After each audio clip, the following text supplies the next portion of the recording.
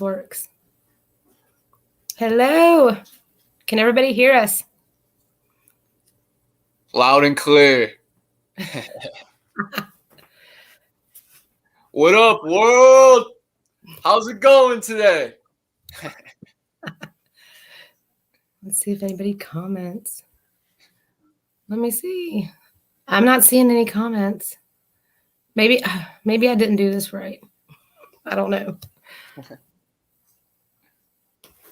I always wanted to take like a test run before my first episode. So my first episode's coming soon to my channel. So I'm gonna have to do some like underground test runs at like 4 o'clock and at night, so no one knows. But you know what time zone, someone will be there. Yeah, this is the first time I've added anybody other than doing like private readings, but I didn't go live. So hopefully, Sandra, can you hear us?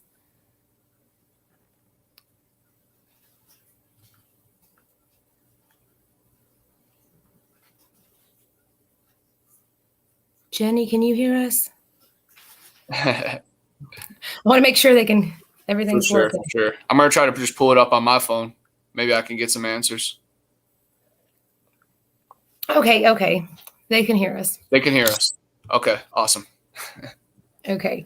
If anybody has questions for Connor, just type it in all caps so we can see it. And I do want to tell you that my daughter's 8. Her favorite part of your book was when you were talking about y'all were rafting and you had to go use the bathroom and then you had to go back out to the water. Yes. She's like, read that part again. That's awesome. I'm glad she's enjoying it. I made a couple teenage friends and younger at the Bigfoot Festival this Sunday. I actually got video of one little kid inviting me to join his research team. And I said, dude, it would be an honor. So it was awesome. He came with a checkboard or a clipboard with a checklist and was asking me facts and stuff. It was remarkable. Hello, everyone in the chat. Thank you all for being here. Share this out if you can. For sure. So I have a few questions for you. Yes. Okay. How does Bigfoot differ from Woodman? Oh, the Woodman. Well, there is definitely a different slang terms for Bigfoot, and some of them are the Woodman, the Wood Giants, the Stone Giants, the Wild Man. So for real, it matters who's telling the story first and foremost. But the Woodman does have a lot more spiritual aspects, and it can appear in your dreams and deals with curses as well. But honestly, I think it really just falls under the same slang as the Wild Man, as the Skunk Ape, the Mogollon Monster. There are so many different terminologies for this creature.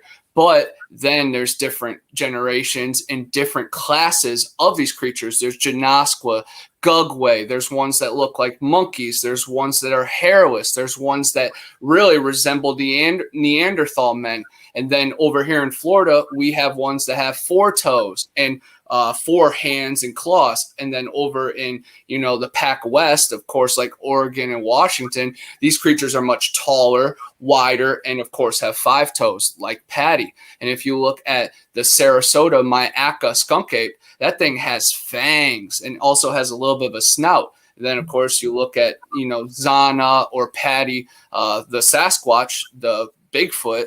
She looks like a human. She has breasts. She doesn't have fangs. She resembles more us than an animal. So there are a lot of different variations of these creatures. And I think just the Woodman is the Native American lore. And also I've heard it in the Appalachian Trail, of course, near the West Virginia area. Yeah, because I got that on the spirit box when I was in my woods. I'm like, what's up here? And it specifically said the Woodman or Woodman. And that makes sense because, of course, the Woodman would be communicating through more spiritual realm and just through frequencies. But I think these Sasquatch people are supernatural, just like you and I are. We feel deja vu. We feel electricity. And, of course, as a baby, we always felt our mother and our mother felt us. So there is bonds that are beyond outside of our shell because we are just electricity and protons, electrons, and neutrons. And I always say it, but we're particle form right now. We're solid most of our life. But when we can truly become our true being,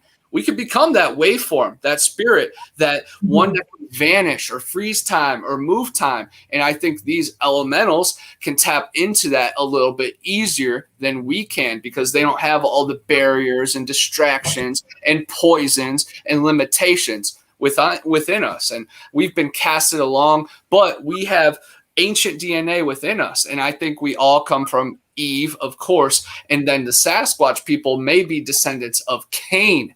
And when people have asked out to them, they really forego answering that, and then they say, no, we are all of Eve. So I think by not answering it, they answer it. And Cain is still alive during this day. He's the immortal one, the marked one, and these are his descendants. But I think there's also many variations. Not all the Sasquatch or wild men are descendants of him and that family tree. I think there is so many out there, like the abominable snowman, the Yeren, and the Yowie. All those are in Australia, and then the Chinese mountains, and of course the Himalaya mountains. And wonder why the Great Wall of China was built. I believe because dragons and ancient deities. There used to be wars. There used to be Jack and the Beanstalk in real life. Castles in the Sky and all these other anime TV shows really tap into what used to be. And I'm really just trying to cross that bridge as well in modern times. So, of course, I run into a bunch of the gatekeepers, barriers, and just speed bumps. But that's all they are, just speed bumps. And poof, I feel a little bit on the car. But, man, you know. Even since I was a kid, I've always felt that, like, alien movies or stories about this and that, like the abominable snowman, Yetis, they come from somewhere, They're not 100%. Just – we have a question from Jenny. She's asked – are Dogman and werewolves the same? It depends, again, who you talk to. Some people use werewolves as the broad term. Some people use dogmen as the broad term. But then if you really dive into it, are the dogmen half man, half dog, or just an advanced canine species? I think werewolves are men who transformed either through curse or maybe their DNA, or just something happened to them, like they got bit by a dog, or they stumbled upon, the wrong stained soil, and then some kind of transformation happened. Yeah. Again, through that particle and waveform, things can happen. And then I've also heard, of course, these high Satanists, they reach a level that they get to turn into a vampire or a werewolf. And of course, a werewolf is very painful to turn into. So most of them choose the vampire route, but I've heard a lot of the werewolf testimony, and it's pretty wild stuff. And I was saying it on Into the Fray just recently. One of my buddies, his name is Alex. That's all I'll say. He can actually transform into a wolf deep in meditation, and he has found fur out in the woods after going through one of these processes. And of course, it is far out, but the more you learn, the more you study, you can see that you can tap into it. Yeah. I don't doubt that. But, that is a great question. And there are Rougarou, Lycanthrope, Lugaroos. There are a bunch of different type of these canine creatures. And again, with the skunk ape, the Bigfoot, it's either slang term or it is said to be a little bit of difference. But there are demon dogs out there, big canines that can walk on two legs. There are advanced lichens that I think are equal to the Sasquatch, or at least above the Sasquatch. So they went through no transformation. They are who they are. They are half man, half dog, would be the best way to really describe them. Owlman, he's this genius Bigfoot guy that has talked to them. Either he's the best hoaxer ever, or he's onto something. But he says the Sasquatch called the Dogmen wolf people. And then I was at a museum recently down in the Everglades, and the Calusa people, they had one that's half man, half cat, but they also had a wolf head, and it looked like a dogman head, and I always called it the jackal. So yes, again, it's not the most clear answer, but it depends who you talk to. Sometimes it's just slang, or sometimes it's deciding the difference between if it's a transformation or if it was born like that. But there are so many different variations of these creatures. And then, of course, all the encounters come back a little shaded and a little bit hazy because, one, they have electric frequencies that they can zap you with to put you into a haze until you forget completely, or they could enter your brain and then manipulate your thoughts. And then the simple fact of just being so scared that you just simply forget or misremember or misinterpret something. And I know, like, when I was 12 years old, I saw a wolf man. And the only reason why I really pointed to Wolfman is because my friends had a daytime encounter about 2 months before, and they always called it the Wolfman of Sleepy Hollow. But if not, I would have just thought it was a giant black mass. Of course, my buddies said the second time that they saw glowing eyes, but I don't really remember that as well. I just remember being zapped by a type of infrasound when we were playing billiards, shooting pool, and then we turned off the lights and we were looking through this little window. But he had a whole walkout basement, and we just felt so vulnerable. But again, that creature could have broke that glass and killed us long before, but it chose not to. It was just curious. So these creatures do exist all over the place. But again, they're not all friendly. There is a story, of course, in LBL that a family got, tore apart, and they found one girl up in the tree. And then another one in Brownsville, Texas, that a girl's sternum got ripped apart. So you have to definitely be prepared. And a good friend of mine, Old Bear's Den, I went camping with him recently. He actually came out with a bunch of stories that he has killed Sasquatch, and then he has hunted these dogmen creatures. And he says, it takes about 3 Sasquatches to kill one of these dogmen. So beware in the woods 100%. And if you're in the Louisiana area, watch out for the Honey Island swamp monster. If you're in the LBL area, just watch out for the dogman. And of course, the upper peninsula of Michigan is the Mecca. And then right by there is the west side of Ohio. And that's exactly where I went to college and heard a lot of other encounters and stories and historical remarks about it. But it's a wild stuff. But I appreciate the question. It definitely is a hazy world out there. But yes, dogmen and werewolves and wolfmen are out there. But the Sasquatch call them the wolf people. So you can simply call them that. Yeah, I like what you said about, like, it could be a curse, because that kind of makes sense, especially like when you're dealing with ancient land too. Like, land can be cursed. So do you feel that human spirits and these cryptids are kind of in the same dimension, or is it different? I think they are in the same dimension, but I think they are more open to tapping into these other realms and frequencies. And I think we are too, but we have to work really, really hard to do that. Meditation, fasting, psychedelics, different potions, pushing yourself to the point of dehydration, heat exhaustion, fever dreams, even true sickness. You start to have visions when you're throwing up and you're having a fever. So yes, you have to open yourself up. But yes, we begin in the same realm because we all are just energy. Energy is never created nor destroyed. It's always existed. So everything in this realm is one. But that's when it starts to get outside the box, because are they darkness?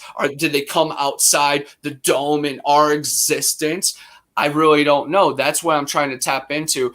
But they seem to be responsive to, the creator and God's word. And if you, cast the good word and words from the Bible, they somehow just can't touch it. So that might show that they're not 100% pure, and the fact that we're made in the creator's image gives us some type of power. And maybe the fact that our soul hasn't been tampered with might give us some kind of edge. And I really don't know. That's when it taps into, are they cursed? Are they just animals? Because if they're just animals, then they have a spirit, but I don't think they have the same capacity as a soul of us. But it's a slippery slope in every direction. But I love tapping into it, especially with dreams. I write down my dreams every morning. I watch movies like they're roots to reality, because, even me, I write a lot. I'm very creative, but I've never actually came up with anything original. We all just pull from existence. It's already been done. Not the fact that, it's all been said, it's all been written. No, it's all existed in this realm, in this energy. All we could do is just be inspired enough to, I guess, express it. But again, it's just the journey I'm living every single day. I interviewed a Native American a couple months ago, probably like 6 months ago now. And the interview did pretty well because it's a Dogman interview. But the guy said it turned from 6 feet up to taller than the telephone pole, and its head was bigger than a car. So that is a type of shapeshifter, type of weird spirit, maybe ancient deity. Because then you look at the ancient Egyptians and you see a lot of their chimeras and half dog, half head, the jackal head, Anubis. There's definitely a lot of history with this. And then Adolf Hitler, even a lot of like King Arthur battled against the dogmen. They found a bunch of dogmen in South America that were like troops. Of course, Steve Stockton talked about an ape army that can carry guns. So yes, guys, things are a lot stranger than even anybody can create, because Right. fact or fiction, y'all. Right. And then you grow up thinking, you know, most people are like, oh, that stuff doesn't exist. It's not real. And boom. yeah. Where's your evidence that it's not, right? Right. It's a lot easier to prove something than to prove it doesn't exist. And I make fun of Bigfoot skeptics. Like they belong in a class with giraffe skeptics. Like if you're a skeptic of giraffes, go have dinner with Bigfoot skeptics, because yeah, they're both tall.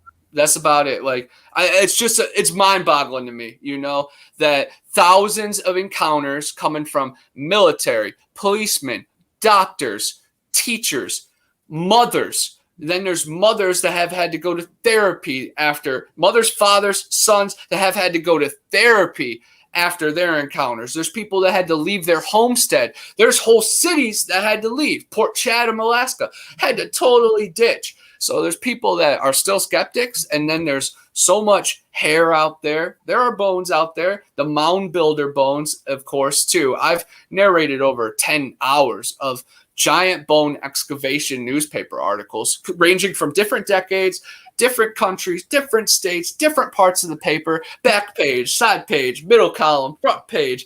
You know, it was just news back in the day. It was just news. But someone taught the Native Americans about the medicine and their spirituality. And guess what? They were really tall. Wicked Cryptid says humans have a spiritual veil that has to be lifted. And I definitely agree with that. Like you 100%. Have to get to that level. I have a question, and it might sound silly, but I'm like dying to know your answer. Okay. Can Bigfoot really take like a real poop in the woods, or are people not ever going to find it because, you know, he's this other dimensional thing? I just want to know, because I've seen so many people say they've seen it, and, you know, what's the story on that?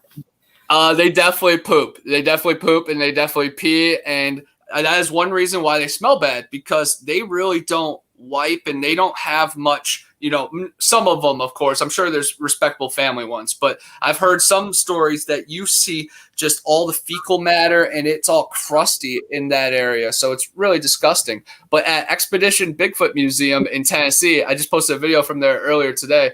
And I've posted a tour of there, walking through all square inches, giving my take on everything. But they do have a poop turd that is, like, it's hard to do it because we're on the skinny screen, but it's really long. It's like 2 feet long. And then Tim Turner, he actually found juvenile Sasquatch crap recently in the Green Swamp. And yesterday on TikTok Live, I actually found a poop sample with a bunch of hair in it. And I put my hand in a bag and I bagged it up live on TikTok Live. And it was awesome. And it's outside now, and I've been inspecting it.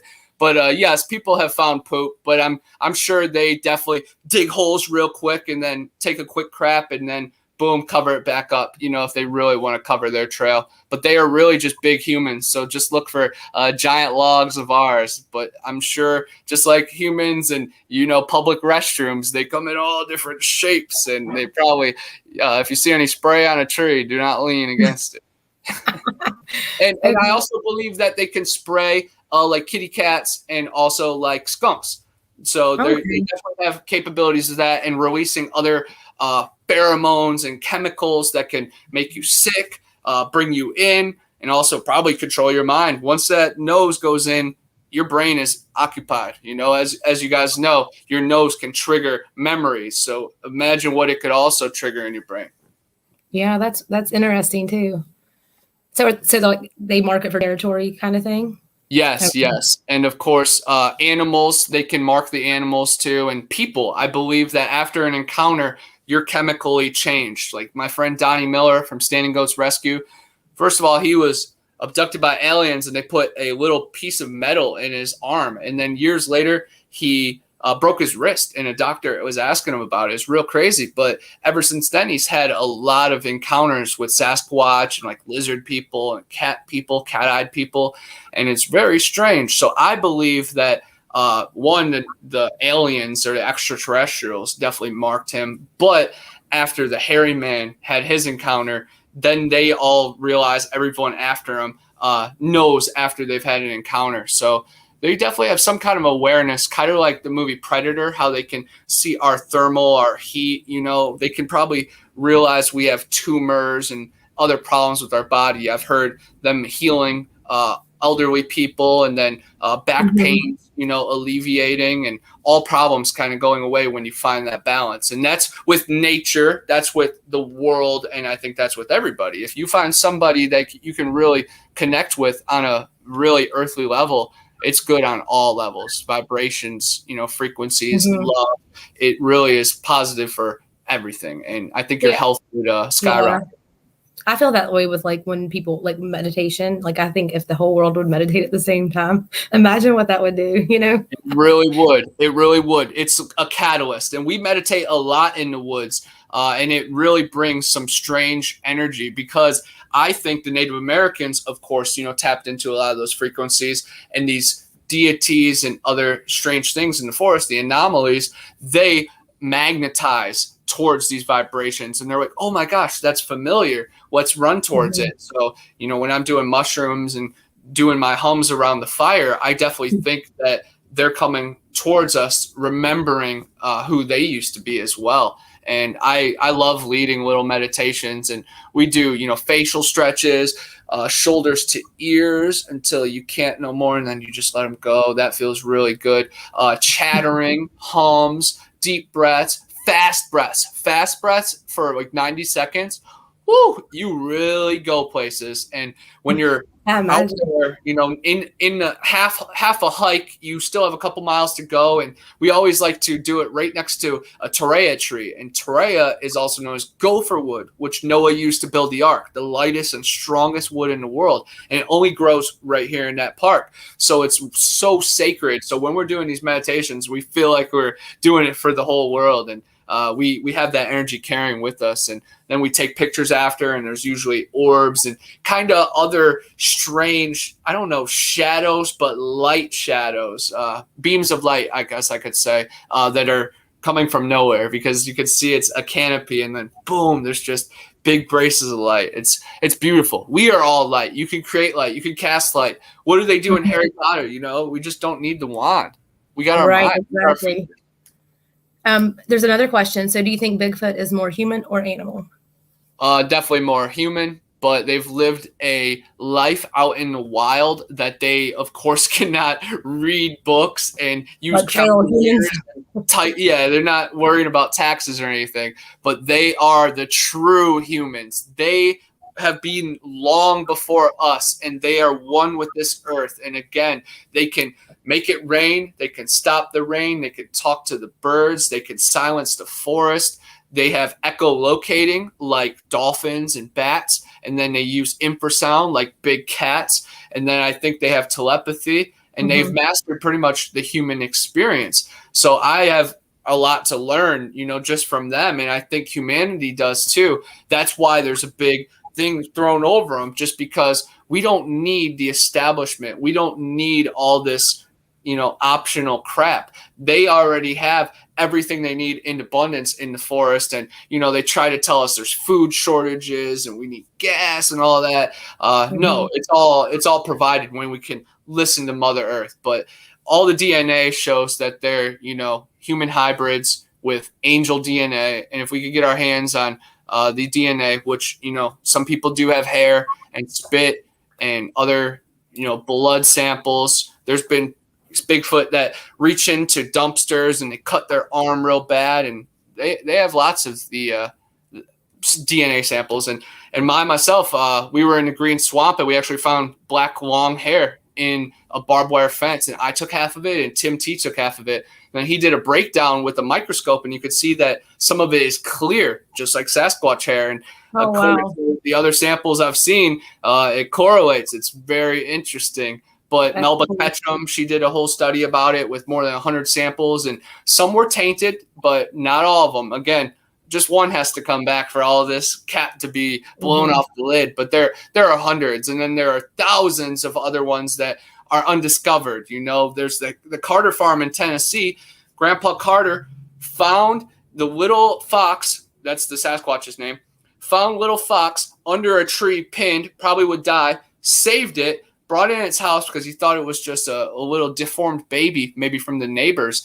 And then it rummaged through the house, so he built a stall for it outside. A couple days later, mom and dad Bigfoot come in, break the stall down, and then they escape to the woods. But then they end up leaving the area, but Fox stays. And then Grandpa raises Fox for 50 years. And Mary Green wrote a book called 50 Years with Bigfoot. It's awesome. The audiobook is on YouTube. It's like a couple hours long. Definitely listen to it, everybody.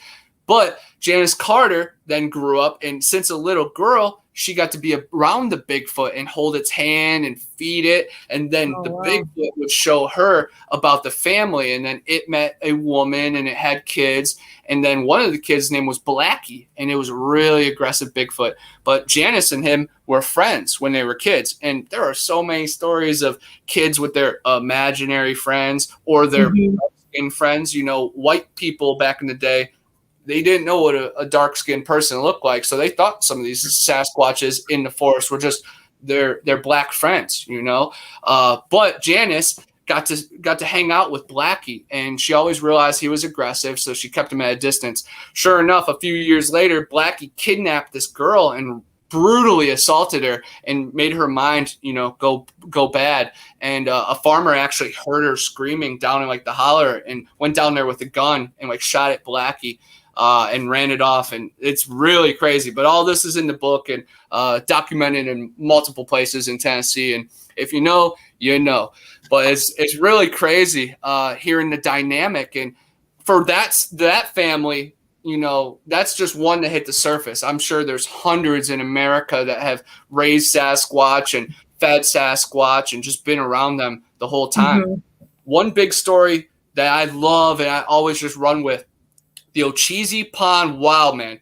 It was one that happened in the 1800s, less than 10 miles from my house. So by the time we started this interview 27 minutes ago, that thing could clearly be here, 1,000,000%. I probably could run that. No, I can't run that far in 27 minutes, but I could bike that far maybe.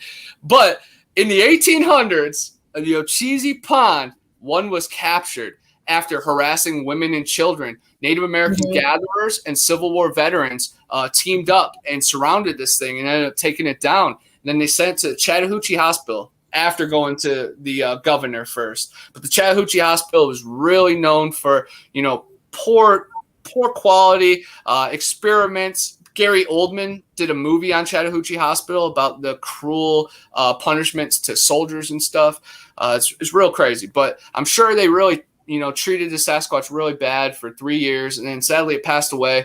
They buried it with a bunch of Native Americans, and then they built a building on top of it. But all the people that live over here and work at the hospital, Jack McClellan, one of my best friends down here, he works at the hospital. He tells me some of that inside information. They have files on the Bigfoot. Of course, it's John Doe, but there was paperwork. They have everything, the DNA, all the studies, have been done tenfold. Guys, if you don't realize the military have a military of these creatures, then you haven't connected the dots. Yeah. I mean, the class this year, so I mean, I'm sure there's plenty other files they have that may take out. We have another question. Sandra wants to know if you've ever seen orbs in the woods. Oh, yeah, 100%. I've seen orbs in the woods. I've seen orbs in my house. I've seen orbs in pictures, in my dreams. I see things when I close my eyes. But yes, I've definitely seen orbs. I've never seen any that really intimidate me. A lot of people say the blue ones are actually like scouts, I guess the thing would be. But the extraterrestrials or these strange dark forces, they send these Mhm. blue ones out. So I guess, guys, if you ever see a blue one, just try to not just be cautious of it. If you see red and orange ones, those are pretty safe. One that was real crazy to me that I pretty much consider like a UFO incident. We were in my backyard, me and my friend Jake, and he was definitely a psychedelic juggernaut like myself. But I don't think we were tripping or anything. But once you trip enough times, you know, you crack your neck and your spinal cord, and you can tap into your flashbacks, you know. But we saw this orange like light in the sky, and after about 5 minutes, we acknowledged it. We're like, "Yo, you see that?" We're like, yeah, yeah. But after a while, it turned into a line, and it felt like it was manipulating our brain. And it's just so weird that a ball, you know, I don't know, 100 miles away in the sky, can make you feel like it's telling you something. But it was not negative and not positive either. It was just real strong force. But it was very interesting. And I've had tons of, you know, UFO encounters or orbs as well when I'm, you know, doing LSD and LSA. I'm very big fan of Hawaiian baby wood rose seeds. They're legal to own, but illegal to extract, illegal to make the drink. But they were used by native people, the ancient Indians, like the actual Indians, and then Hawaiians, so a bunch of the Samoan people, and then of course the ancient people, like I think the mound builders and the sun worshippers use these too.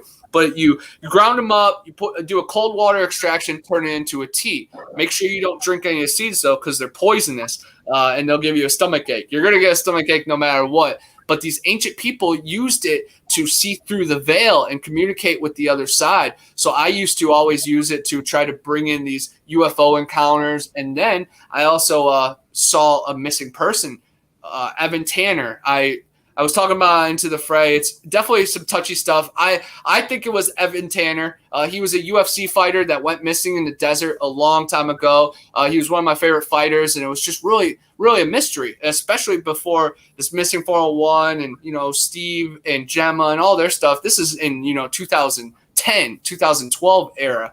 And I went in my mind and I was in the desert, kind of like remote viewing and following this guy who I assumed to be Evan and being chased by some kind of force. And that's why he kind of went off path and ended up passing away.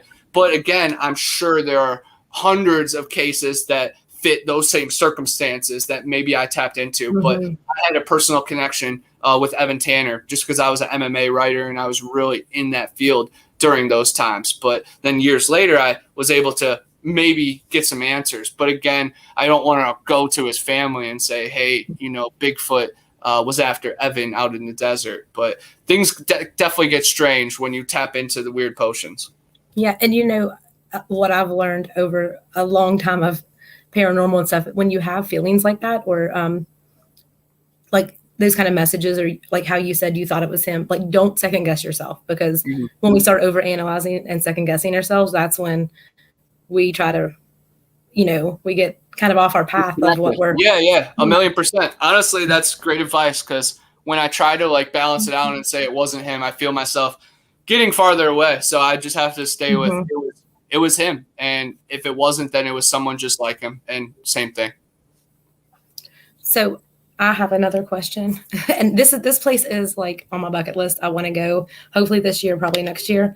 But have you been to Helltown, Ohio? Like what's there? Because I know there's something there. Yes. You know, you look it up and people are like, "Oh, it says it was a hoax," but I'm like, no, this. Like, I want to go there and talk to the spirits and see what happened. Yes, Helltown is an awesome place, and it's actually in my first book. I just want to see like the first chapter, just not the first chapter, the first paragraph, just to see what I wrote. But then, all right, just real quick. After a night at Helltown, Vegas was a breeze. Sin City has its own type of creatures, but I think I would still prefer to take on my chances with the ones with the giant claws and teeth. Our adventure to Eden, it only makes sense to pass the gates of fire.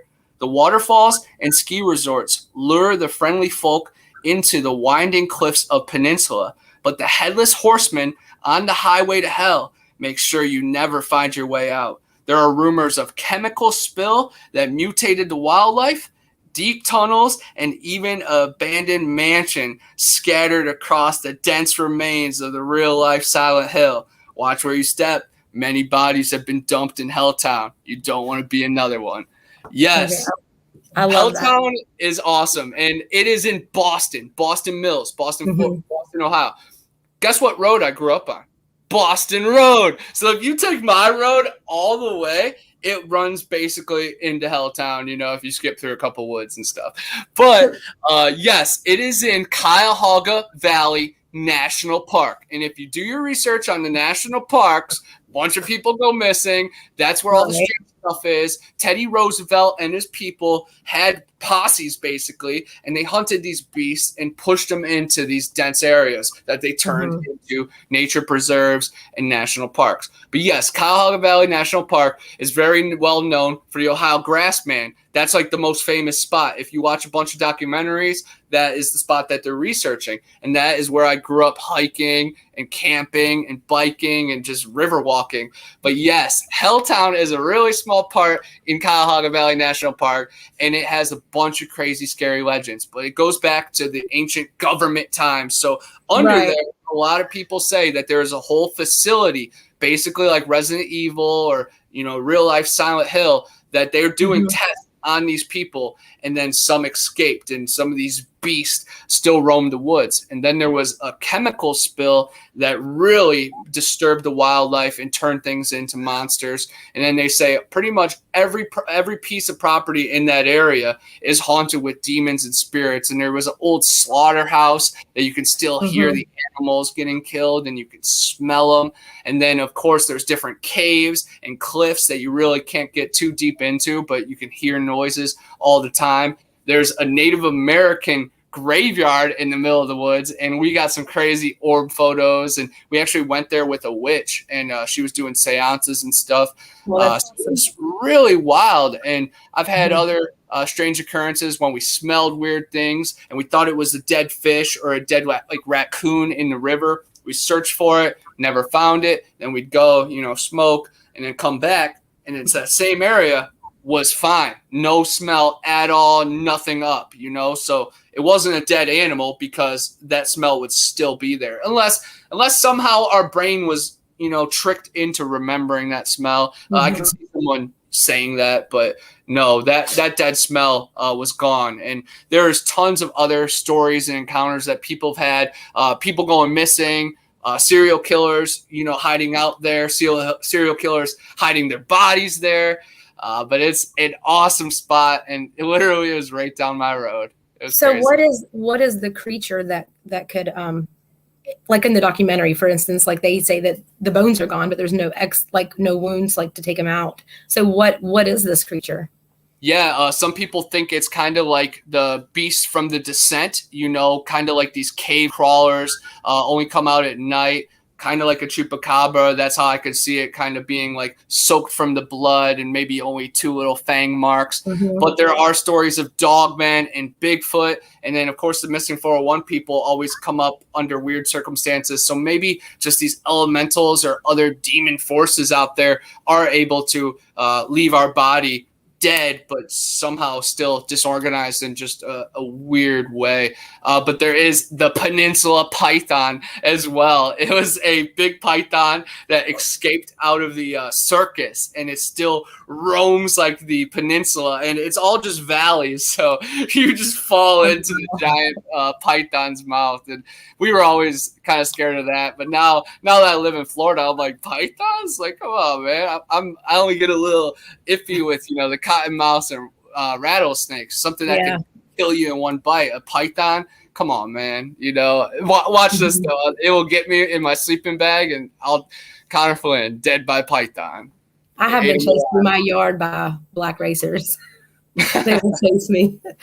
So do you think it would be safe to be there at night? Not very safe, but definitely. Are you going to be a sacrifice? Is that what it wants?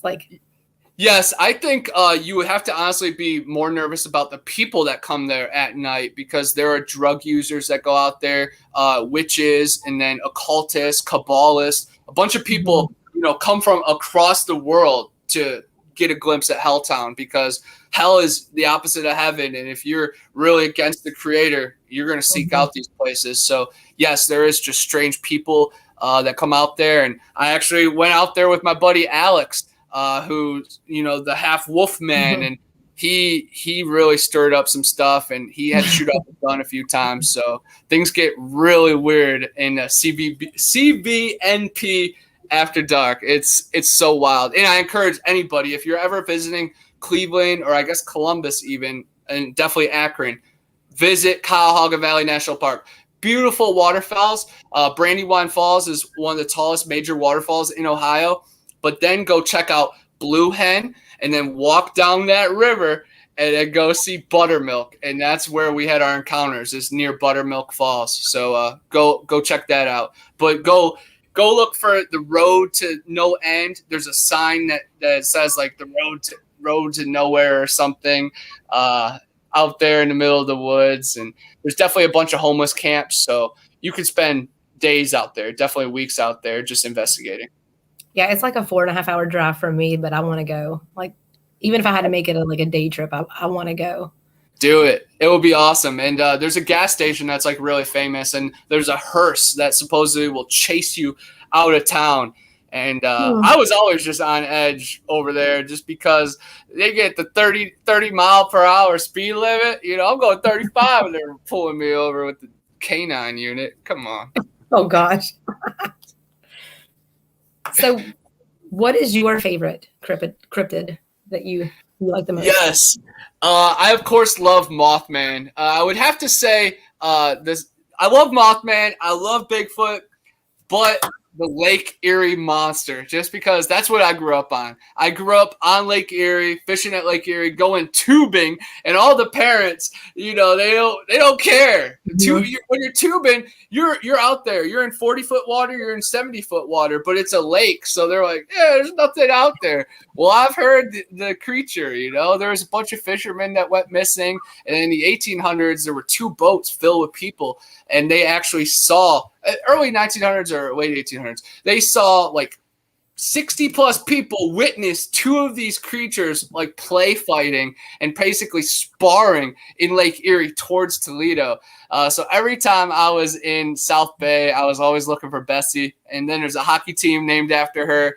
And back when I worked for the Cleveland Indians, they won a championship. And the Lake Erie Monsters are just so awesome, and not that many people know about it. It's definitely a cousin to Nessie, and of course Chessie and Champ and the Pensacola serpent and all the other strange water creatures. But the Lake Erie Monster, and I've always just been so in love with it. And then I've had my line snapped and my rod snapped multiple times, and we always blame it on either the bull sharks or the Lake Erie Monster. And back when I'd watch my dad play flag football like right on the lake, I'd go walking the coast with a bunch of kids, and I was one of the younger ones, and the kids would always be talking about the stories and pointing at shadows, and it was just good times. So it really takes me back. And the Lake Erie Monster, Mothman, and the Ohio Grassman, because that is where I come from, the Buckeye State.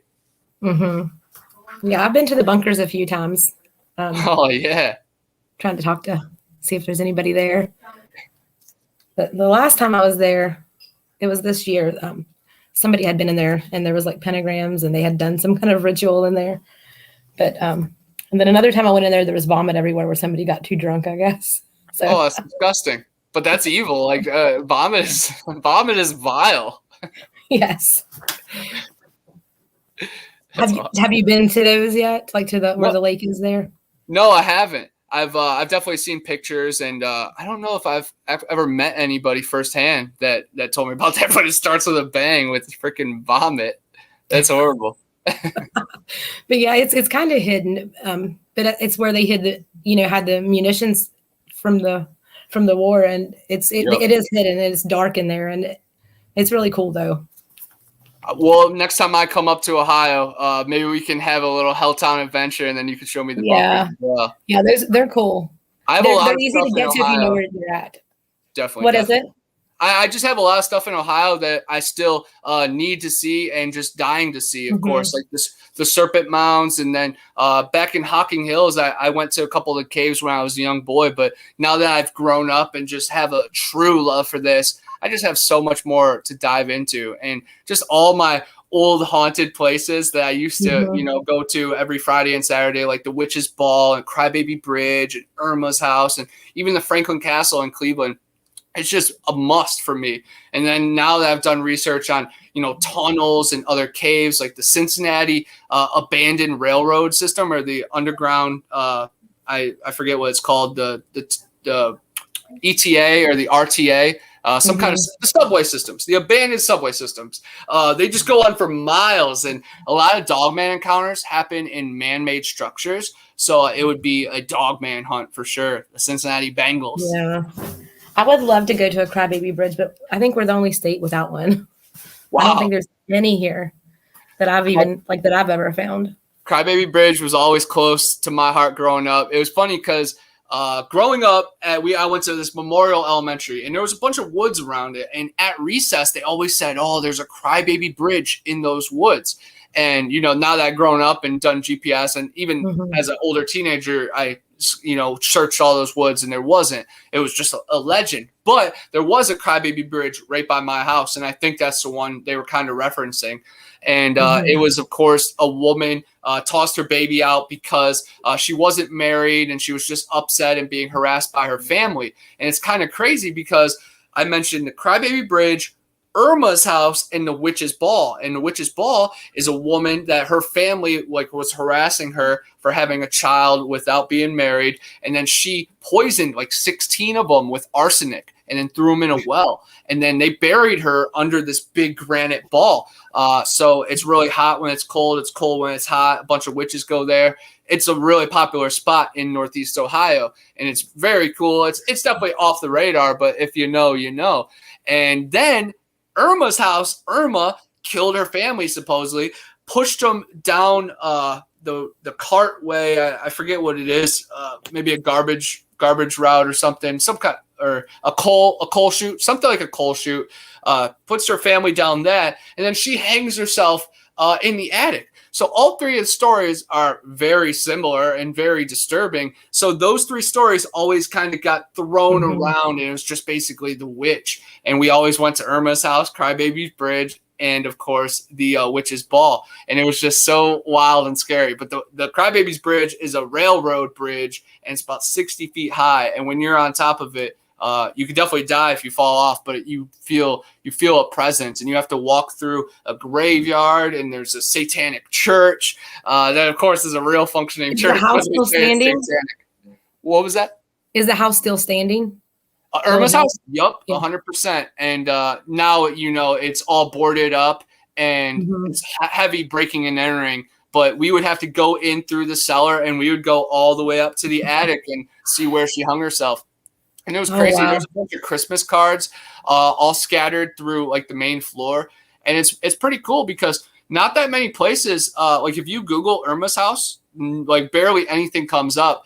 But there is a couple threads that say, yeah, I grew up about it and heard about it. And that's what my duty and my honor is, to, have a chapter about it and to be telling other paranormal enthusiasts about it. Because if you ever go to Northeast Ohio and you check out the Witch's Ball, then you're within, 3 or 4 miles from Irma's house and the Crybaby Bridge. And it's really crazy with Irma's house. You have to park at the end of the street and have to walk in the dark for about a mile. And of course, there's a couple houses that, they always say they'll call the cops on you. And there's a guy at the end of the street that shoots at you, and he shot at us a few times, and gravels hit us, and we've, left bleeding. And a couple of my friends gave me a hard time because in my book, I call it shrapnel. And, shrapnel is metal. It's not just, rocks skidding off you, but they're like, man, that's shrapnel. I'm like, dude, get a grip. I'm a writer, You got to dress in all black and go in stealth mode. Oh, we did. We would get off the road and walk in the creek. So we were silent.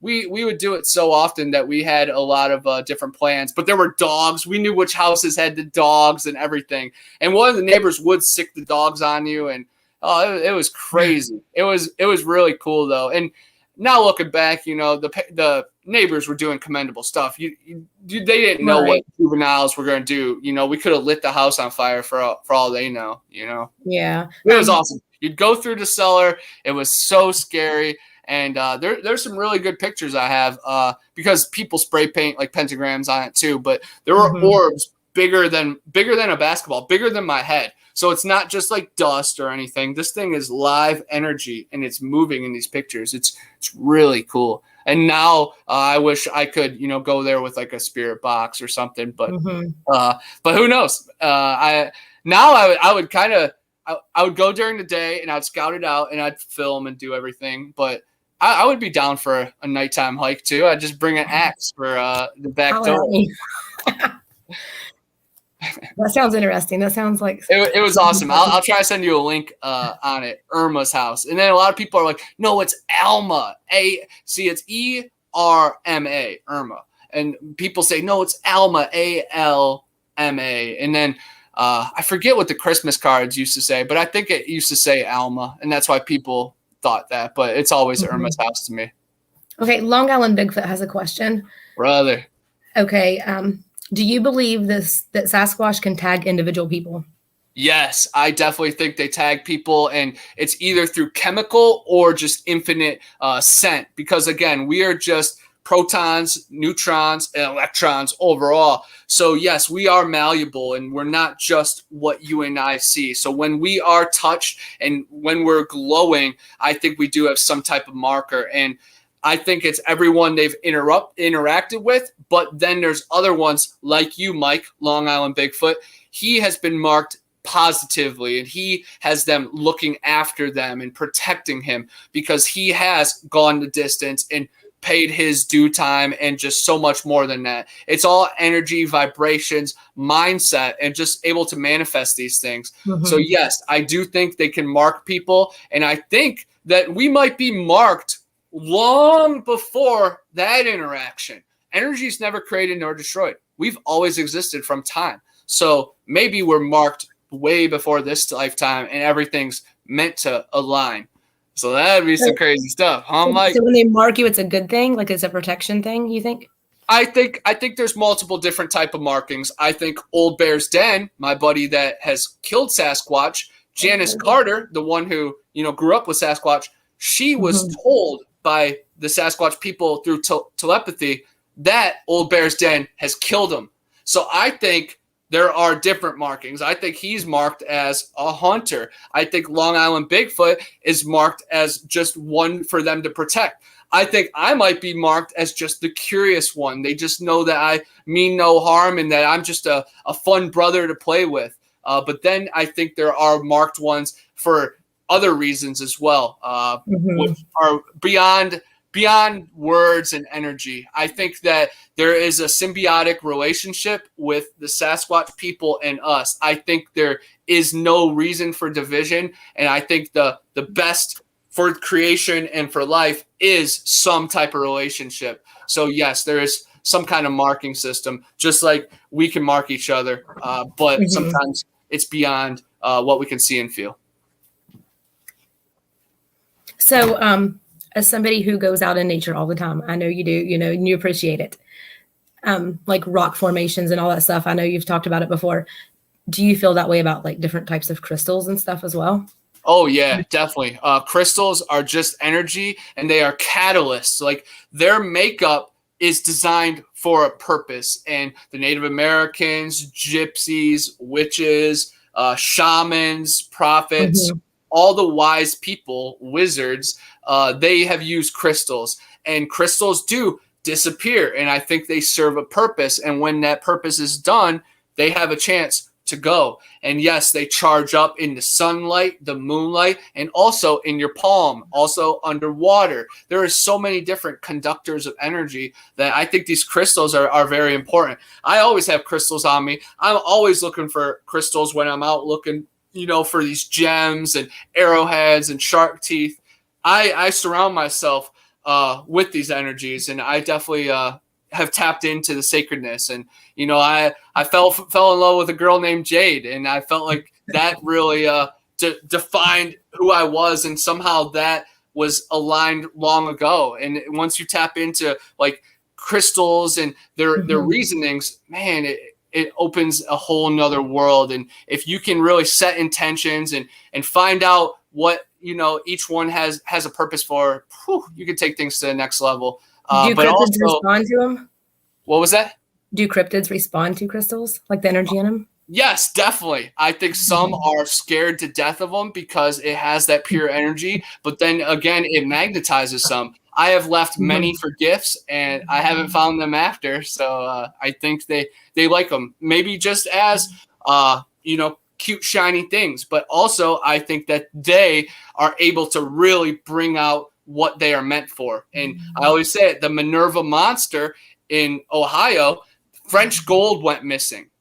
I think these things know the use of gold, silver, diamonds, crystals, and you see it in all the movies. You stick that final crystal in the piece, and then boom, the magic is completed. It opens up. So yes, I think it all is combined and cohesive, and it's all my hippie mindset out there in the woods, 1,000,000%. And some people laugh at it, but guess what? The natives very took it serious. So I'm with the ancient folk, and I am so done with this new tech way. It's a sad direction the world is going in. I wish we could just slow down, guys, because we have crystals inside our blood. We are walking crystals. And you know why the ancient Egyptians worship cats? Because they have a special quartz in their pineal gland. And when they purr, that vibration just sprays out. And they say it heals bones. It heals a lot more than just bones and physical things. It is on different levels, y'all. And just think, if cats got quartz in their pineal gland, guess what's in our third eye? Something real special. Yes. And then you go into what's in the elves' third eye, what's in the Sasquatch's third eye, what's the Dogman thinking? Oh man, is that third eye meditation is one of my favorite to do. I do it almost daily. For sure. I love it. I bought a Sodalite, a new Sodalite pendulum. I've never had a Sodalite pendulum, and within like 3 days, it was gone. I have not. It's got something took it because I don't have it. Yes. I don't know where it is. It's in a better place. Oh, I'm sure somebody else needed it, but it was here. I think I dropped it outside, and it's gone. It will find its way back to you when the time is right, either in feeling or physical being. Let's see if we have any more questions. This has been fun. Oh, I meant to ask you, because I saw you talking about this. You were talking about it on your live stream the other day. What's up with the Bermuda? You said you still have dreams about it. I was like, oh my gosh, I got to pick his brain on it. Yes.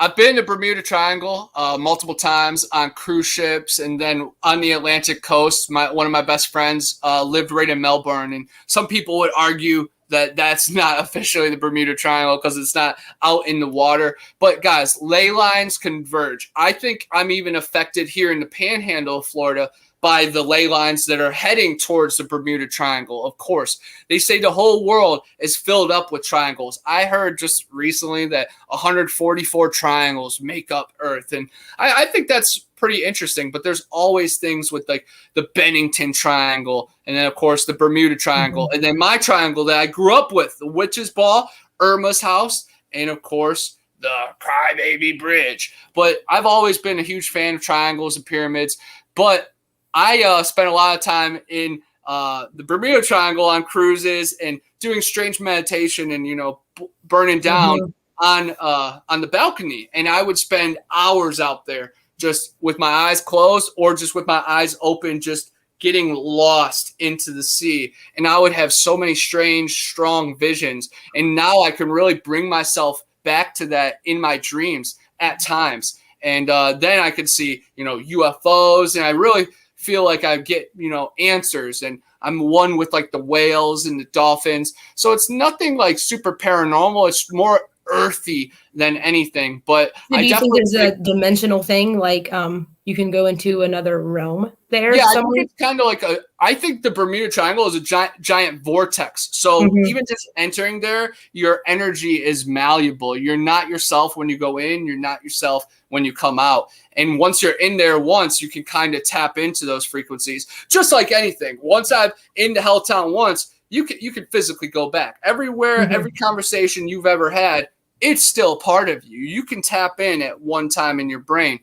You might not have a clear thought of it, but somewhere in your being, you can resonate with that you. And I feel like I can go back there with the drop of the dime. And even when I'm out in the forest with my feet in, in my kayak or in the creek, or really just letting loose, even feet in the sand, I'm one with that guy. And just because I worked so hard to move down to Florida, and I lived out in my car and was a hobo and was desperate for a lot of my life, and cast it aside and really shut off by a lot of my family members and friends. They kind of threw in the towel on me. And when I was out there, treated myself to a cruise and got some alone time, and it was me with the biggest thing in the world, the ocean. And I felt like the only one on the boat that could really appreciate that. Not to down any of them, but I've just really put in the time, and I've casted away these shadows for so long, and been an outcast and felt the pain, and also been stupid and treated people wrong and done it all under the sun. And I felt like it's taken me right back to that peaceful place. And if it's not the forest or on the edge of the cliff at the Grand Canyon, then it's the Bermuda Triangle. And if it's not there, it's on a boat with my dad in Lake Erie, or farming with my grandfather. So it's all in one. And like I always say, there's many Edens and there's many Atlantises. This world is 1% of what it used to be. So the Bermuda Triangle is just the spear, just the tip that we're finally tapping into. And I'm lucky enough to have it inside of me, and anybody else that has been there does too. So, but do you think somebody could kind of get sucked into that vortex and end up in like another type of world and live their life that way, and with different people? And you know what I'm saying? Like, yes, I know. Definitely, Okay, like some kind of parallel reality, 100%. A lot of people have went in there and never came out, and maybe they came out in a different reality. And then there's a great movie called Triangle that Melissa George goes onto a cruise ship, and she's already on the boat, and she's hunting down a murderer that's trying to kill her, but she's the killer. So yes, I think it really can play with your mind, and it has ancient aspects to it. It's in the Atlantic Ocean, guys. Atlantis. I think there's something to it. There are many worlds underneath our oceans, and many civilizations that have been flooded over by mud. So I think it's just a tap into who we used to be. So I think it's just our ancestors, honestly. Okay. Do you think that's something like that is what happened to Amelia Earhart that long ago? That's definitely I think so. I mean, I've always thought that. Yep. I think it's either a vortex, or she found Middle Earth. She found some kind of entrance into the inner world. Or Mr. Ballin came up with a crazy story that she landed on some island and then was bleeding a little bit and got eaten by like apple crabs or something, some kind of snow crab, some kind of big mean crab. And the story is horrific. I'll send you that one too. But I definitely think, vortex or I always feel like entrance. Just the way I feel is like that she was able to like live out her life somewhere else. You know what I mean? Like just not here, because you don't just disappear, right? I mean, people do it all the time, but right. Where are you going? You're going somewhere. Where's the aircraft? Right.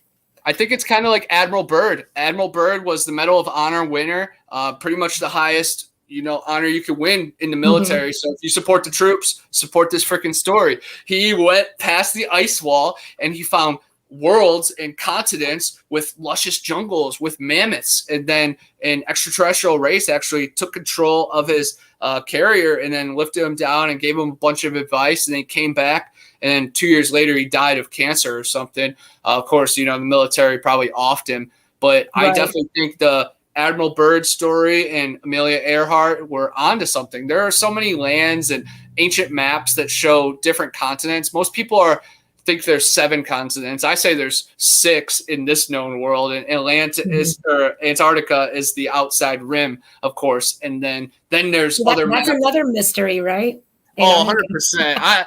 I get riled up on no globe. I don't support the globe. There's no measurable curve anywhere. And Baal, he's a goat man god. I live in the creator's world, the creator's realm. And if you just Google, the earth the Bible describes, you can kind of see what I believe. There's a dome above us. There's the earth, that's all of existence. And then there's the sun and the moon, and they're equal opposites. And Cain is a descendant of, Sasquatch is a descendant of Cain, who is a descendant of Eve. And I believe that we all came from Adam and Eve, but I think that Adam and Eve were tribes of people as well. And in my first book, I actually go to Eden.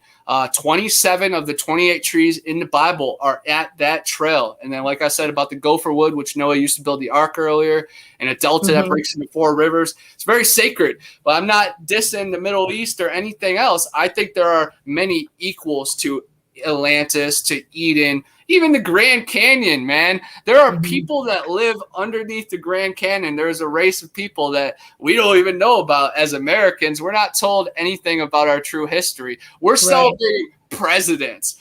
Our land had kings and queens. I've narrated newspaper articles about 30 giants in a perfect circle in a seated position, covered in gold, in copper, with precious stones.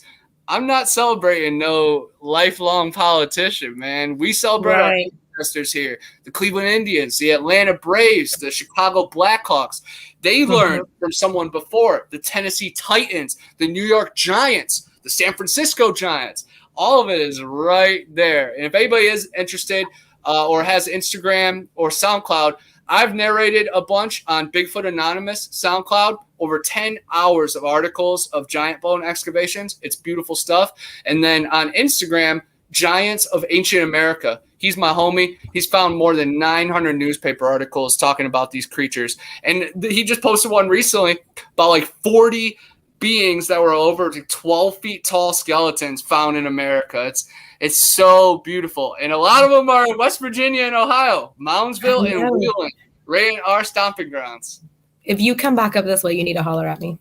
Oh, 100%. We need to do some exploring. Yes. There's more than 10,000 mounds just in Ohio. So there's like 10,000 seconds in a day. So, 10,000 seconds in a day. So I got to somehow break that 10,000 mounds into 10,000 seconds into a year. Like, I got to just see all those mounds in 1 year. That's my goal. I'm going on private property and everything. Because once you're a hobo, you're a homebody. No one can tell me I'm trespassing on Earth. This is my home. This is my land. This land is my land. This land is your land. From Ohio down to the white van. Oh, man. Yes, I agree. There's so much out there that some people, a lot of people don't even realize. They can't grasp that concept yet. Oh, 1,000,000%. I've been in this area for like 3 or 4 years, and I've already stomped on way more ground than most locals. And they're like, man, I never knew any of that was around here. I'm like, dude, there are caves, there are haunted bridges. There's a bunch of crap. I had a wild weekend. I'll just give a quick summary. This past weekend, Friday, we went to Tallahassee to visit the White Witch's grave, Elizabeth Budd Graham. She died at 23. She bewitched her husband. She was a real positive lady. But there's an Edgar Allan Poe epitaph on her grave, and there's a lot of activity. We used the Estes method, which is basically a ghost box, and communicating with it. And that was awesome. And then we went to a natural bridge that they fought a battle on, had some cool interactions there. And then Saturday, we went to Bellamy Bridge, which is the most haunted bridge in Florida, in the South. And all this was with Stacy Brown, who is really famous Bigfoot investigator, and then his crew, Outcast Paranormal with James Brost, and this guy Josh, who's 6'4", and he plays the Bigfoot in their movies and stuff. But he's a remarkable guy. But Bellamy Bridge, we actually shot a movie for Stacy's Bigfoot movie, and my buddy Jack McClellan, who is a filmmaker, shot the scenes, and Tristan, who is my buddy, he goes hiking with me. If anybody's watched my videos, they've seen him with me. He was actually one of the campers that got to be in the scene, and then his buddy John. And I've been in a few movies, so I was partially like, I want to. And mentally, I was like, I want to do it, but it wouldn't make sense for Connor Flynn, the investigator, to be Stacy Brown, because it was Stacy Brown in that, so I can't act like I'm him. They'd be like, no, that's Connor. But I had some crazy experiences there, because Bellamy Bridge is my stomping grounds out of everybody. So when we were doing the Estes method, I asked it to cuss a few times, and we're using a real radio. So there are no cuss words on the radio. And it said a bunch of bad words, and it was getting crazy. And then I had about 10 other direct responses, and we got it all on video, and it's going to be in a documentary. I'm really excited for it. Awesome. And it's so awesome just because I'm just being myself out there, just a goofy dude, puffing on my blunts, trying to soak into the forest, the fairies, the Sasquatch, and the bride, Elizabeth Bellamy. If you can't marry your husband on earth, I hope you get your chance on in heaven. Of course, that phrase was first going to lead into me making a joke that I was going to somehow try to marry her, but I was like, no. I don't need any bride curses. Not today, not tomorrow.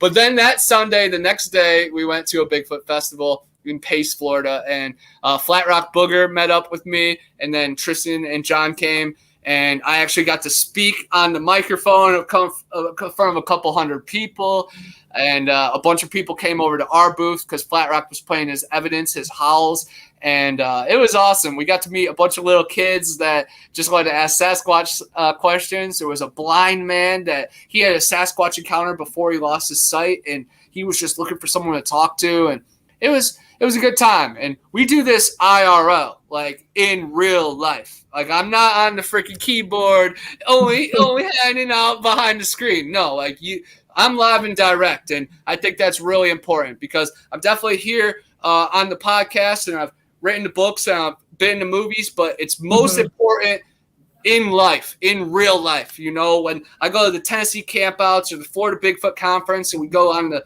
hikes in the Green Swamp, I'm interacting with other people in our field or people in the community or people that I've met through chat. When I meet y'all in real life, it's real. It's real. So I'm hunting after the skunk ape, but I'm meeting cool people like Amber and other people that just blow my mind, like Steve Stockton, Dylan, Laura, Sabrina, Cisco, and that's just that camp. Let me just introduce you to Long Island Bigfoot, Flat Rock Booger, Donnie Miller, Tim T.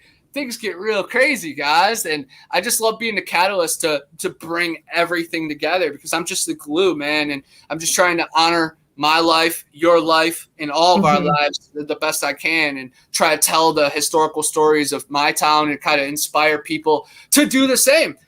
Go tell your scary stories. Go play Pokemon Go. Go film scary stuff and interview people. And don't be scared to say you believe in ghosts and Bigfoot.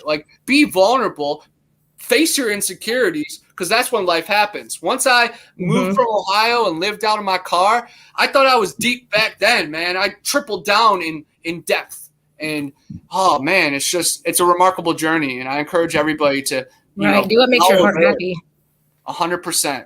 And every day is not all, glitz and glamour and smiles. It's a lot of dark days and a lot of second guessing. But guess what? Push forward. You have to be bigger than any obstacle because we're here for a reason. And I'm so much, in love with the creator and just spirituality and just existence. And I don't want to be preachy to anybody, but I just want to spread positivity and open the doors for people that are on the fence, and if anybody's tapped into the things that I've tapped into, I just want them to know that they're not alone, and we never are. So just keep walking with that light in your chest, a bazillion %. Paradox Fossil says you need to create your own energy drink. Oh man, I used to work for an energy drink called Vima. It was actually like a not a pyramid scheme, but one of those companies, of course, and it was really successful. Actually, Vima was starting to cure cancer for people. So of course they had to shut it down. It was a health drink. But no, I haven't had an energy drink in since then, probably since 2011.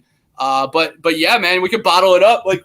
Are my pits sweating yet? Not yet, thank God. But we could bottle that up, or I could spit and whatever needs to be done, 1,000,000%. I could do snot rockets, or we could just imagine it. It's just like Mike's special juice, from Space Jam. Just imagine it. But no, guys, I know that they're covering up crap, and I know that there are thousands of continents, and I'm trying to see a couple of them. 100%, more than 7 of them. So no day is wasted on this journey. But I am definitely hard on myself for trying to be the best me, and I'm the first one to realize what I'm doing. A lot of people think I'm just ranting and raving and very clueless and gullible and believe in everything. Nope.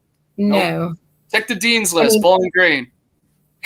Everything that we were taught, like in school, you know, like back then, like it's when you hear something mainstream, you have to think complete opposite. 100%. That's just the way it is. Somebody wants to know what your opinions on Skinwalker Ranch are. Skinwalker Ranch is very interesting. There's definitely some activity there. They've seen Dogman, Bigfoot, UFOs. People have gotten sick to death there. And then people have also brought curses back. The Skinwalker is definitely terrifying to me because anything physical, I'm super interested in. I could somewhat understand. But once it starts transforming and being able to curse our minds and trying to come home with us, that's when things start to get really weird and scary. I keep 2 cats at home to protect me from that, but I know that some skinwalkers could probably get right through my two little ancient deities right here. But I am definitely interested in Skinwalker Ranch. But I'll tell you right now, there's actually a Skinwalker Ranch here in Florida, and it's, again, not too far from my house. The Bridges family, Carolyn Bridges, she was on Finding Bigfoot. She has had encounters happen for longer than a decade. The BFRO, Matt Moneymaker, all them, they lived on her property for like half a year doing investigations, and they kind of got burnt out. And after a while, they kind of kicked everybody out and just kept to themselves. But my friend Jack, the filmmaker, he's family friends with Carolyn and has gone over there and actually made a documentary. And I was granted access over there for a camp out here soon. And that's what they say. It's Florida Skinwalker Ranch because there's aliens, there's other deities, elementals, demons, just straight anomalies and tons of structures, of course, and smeared phlegm on their glass. It's real weird. These creatures getting real bold. So I'm just super excited to investigate that just because it's like a no-no zone for everybody, but I know somebody, so I'm super pumped. And while I'm ranting on the Jack topic, I just want everybody to check out Zillafoot. It's really funny. I'm in it. It actually just got put into Walmart. It's so bad, it's good, but it did really well online, and now it got put into a widespread release. So Best Buy, FYE, Amazon, they all got it, and it's really funny. But Jack McClellan is my buddy. He has had a Dogman encounter, and he's had strange anomalies as well, but he lives around here. He came into my comic book shop, and I was holding the Patty replica foot right there, and he was like, "Oh, you're into Bigfoot?" I'm like, "Yeah, dude, I'm the Bigfoot guy." And he's like, "Oh, wow, I made a Bigfoot documentary." We've been best friends ever since, but he recruited me on to Zillafoot basically to play myself, a cryptid research officer, and it's hilarious. And I tell the military impending doom's coming. They usher me out, of course. But the one I'm really proud of is The Void Cat, and that comes out on Sunday. And it's a Halloween movie, and it is made by the same people. Well, the same guy, Jack McClellan, and I am the main character. And it's really funny because Connor, how I spell it, is with an O-R. Well, that character is E-R, so it's a little bit different than me. So when I act a little funky, don't blame this Connor, blame that Connor. So how would anybody watch that? I'm so proud of it. I'll send you a preview link. Okay. But it's going to come out sometime in November on the World Wide Web. The thing is, we can't put it on YouTube because that would disqualify us from a bunch of film festivals, because once it's on YouTube, it's just like free range. You have to have some kind of divide, or else every film festival would just be flooded with fun YouTube videos, you know? But Amber, I will definitely give you a preview. Long Island Bigfoot recently watched it, and he loved it. It's a half like Splinter Cat, the cryptid, and then half like Dogman werewolf type creature. And there's curses and ancient structures, and I'm so proud of it. Like Zillafoot, I like joke around about that. Like the cover looks good and it's doing very well, but it's just junk. But Void Cat, like if you say you don't like Zillafoot, I'll give you a thumbs up. If you say you don't like Void Cat, oh, you're gonna see a thumb coming at you with this knuckle sandwich, man. Because Zillafoot will not be that bad because people watch Sharknado, so. Exactly. It's a cult film already because it's so bad. But my scenes, I'm unbiasedly saying are the best because Jack put the most time and effort into it. And Jack has actually got offered to direct Zillafoot 2. So I think we're going to do that. And our 3 characters from the military bunker are going to be the main characters in the movie. So I'm just loving that kind of stuff. And, we just filmed a movie on Sunday, and I love being in movies. I think it's so fun to talk about. But I was like a proud dad, holding the stupid lights, laying in the ground, getting covered in ticks and words that people would think I'm cussing. But it's crazy. I was like a proud dad, though, watching my buddy Tristan and his buddy John. Because, build your family strong around you so that way it's a force. And, then the next day when we're at the Bigfoot Festival, I'm like, yeah, I'm Connor from Bigfoot and None. This is Tristan and John. They were just in a Bigfoot movie last night. This is Flat Rock Booger. He has activity on his property. It just worked right into my little spiel. So I love just bragging about my friends and honoring, the people around me. And that's what my books are definitely a reflection of, or just the people around me, my family, and myself. It's a story about me, but it's a story about you. And it's just it's a real cool journey. And I just want to inspire people to go outside in the first place. And then also to tap into, just historical encounters of strange stuff, because this world is not as black and white as they say. It is definitely multiple colors. Yes. Colors we don't even know about yet. Oh, yeah. I'll tell you right now, do a little mushroom tea and you'll start seeing funky colors and combinations. And kitty cats could see tons of different colors on birds. Like, they see way more than us. So we just have to really open our eyes and ears and just receptors. Like, open your armpits, guys. Like, what have you learned through your armpit recently? Come on. You haven't had your hands up. Go on a roller coaster soon or something. I just encourage people to learn through every way.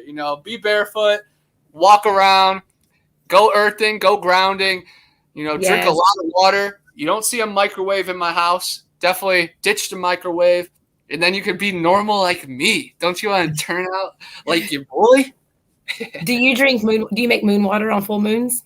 Oh, once in a while. One of my friends used to, and we would take little shots of it. I've been lazy with it recently, but I will use this as a sign that I need to get back into it 100%. I drink a lot of creek water. I have a life straw, so I hope into Mother Nature's. I don't know, I was going to say urine, but nectar would be the better word. There's a place, I'm not exactly sure what area it's at, but it's like you're going to,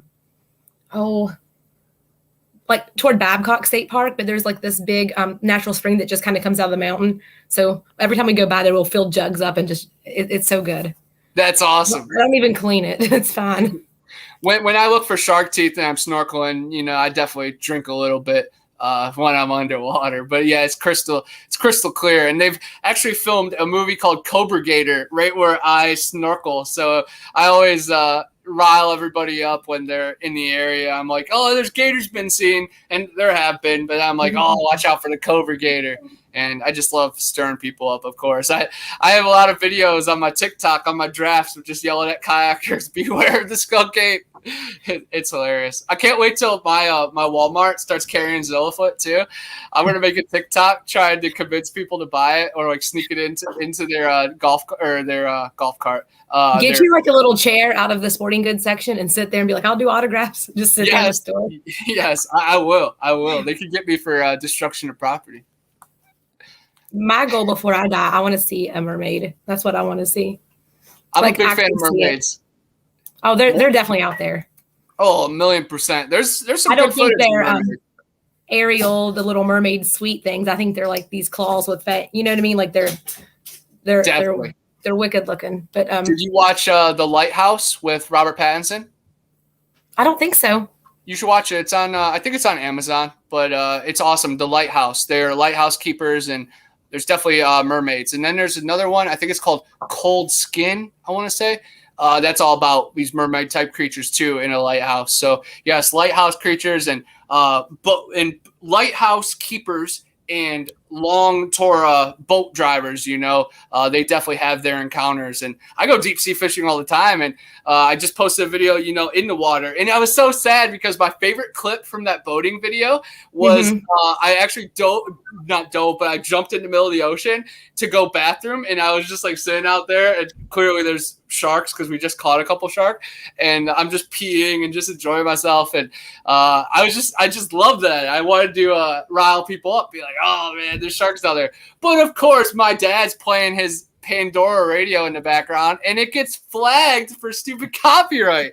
So I lose that clip, and oh man, it's just stupid. But that just means I gotta jump off the boat next time I'm out there. But when we're in the Gulf of Mexico, there is the Pensacola serpent has eaten a few people, and then there's been underwater bases. So I forget what the acronym is, but UFOs underwater basically, and aliens. But a big thing, extraterrestrials are not coming from light years away. They're just coming from the other continents, guys, or Middle Earth, down in Helltown.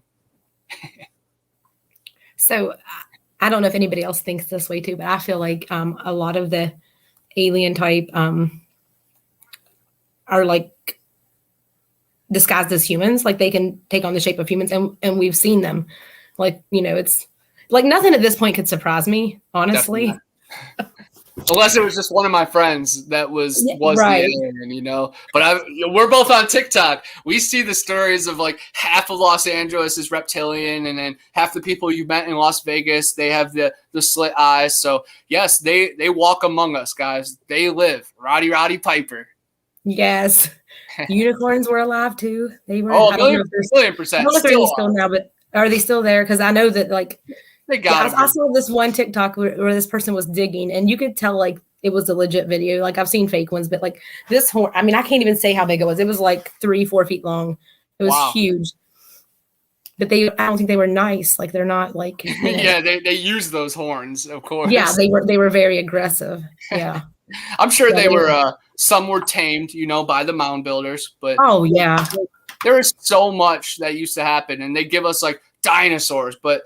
Guys, dragons, dragons. Just say dragons instead. I've been to the Smithsonian. I've seen the dinosaurs, They're all dragons. There's many different type of draconian creatures, and they're titans, leviathans, behemoths.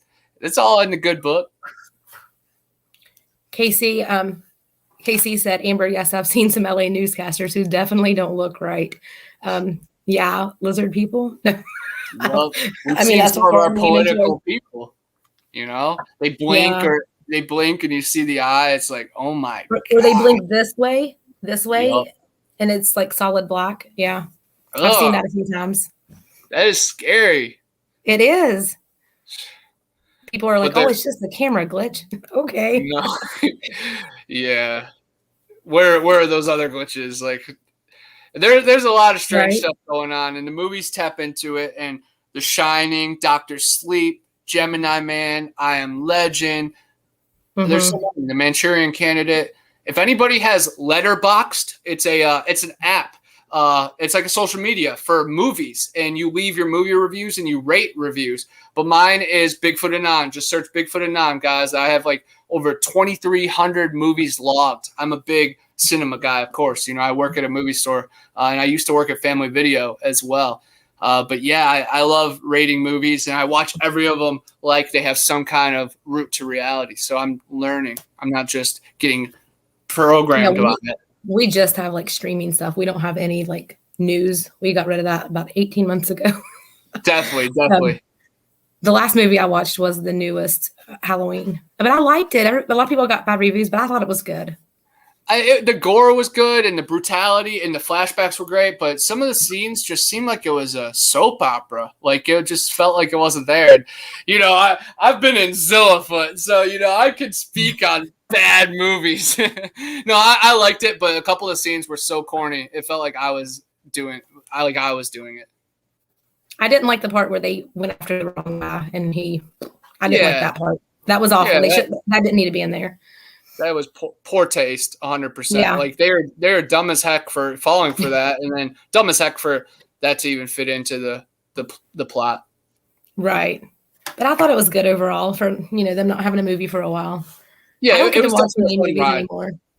And I was at the theaters watching it. I encourage everybody to get out there. Do not be scared of your brethren. I've been on this earth for 29 years, and I was never scared to sit next to someone. On subways, on the boat, anyone. You just gotta live your life and live your life in love, and you'll be orange and red, and you'll be big. But if you live in cold fear, you'll be blue and gray, and you'll probably get sick. It's bad. Yeah, we have to be our true selves and be true to ourselves always. 100%. Yeah, I could talk to anybody though. Like I'm a talker too. I can talk to anyone. The only thing that ever makes me nervous is when I do like readings for people for past loved ones. When I channel them, it makes me really nervous. I get like all really nervous for those. That's some heavy stuff. 100%. Yeah. And you're carrying yourself, them, and yeah, it's a lot of energy being tossed around. Yes, a lot. Usually it makes 100%. Me feel like crap afterwards. I mean, I do meditate and stuff, but sometimes it just takes some time. But, for sure. So what's your opinion? And this is just my curiosity on like demons. And do you think it's just like a different vibration of that like the negative energy, or do you think it's like a separate being? Yeah, that's a great question. I definitely think demons exist, of course, because if the angels existed, then the demons have to exist. And I've heard of many strange encounters that, yes, these things transform or take, point blank bullets and they just vanish or they just soak into the darkness. And no physical creature really could do that. And all the demons that come from the movies like Constantine and I don't know, really just all the other poems and old acts of literature. Like in the old days, people were scared of demons. And I think it's darker what's inside of us than really anything that's outside of there. So sometimes it can manifest on our light, our energy, and then kind of hop off.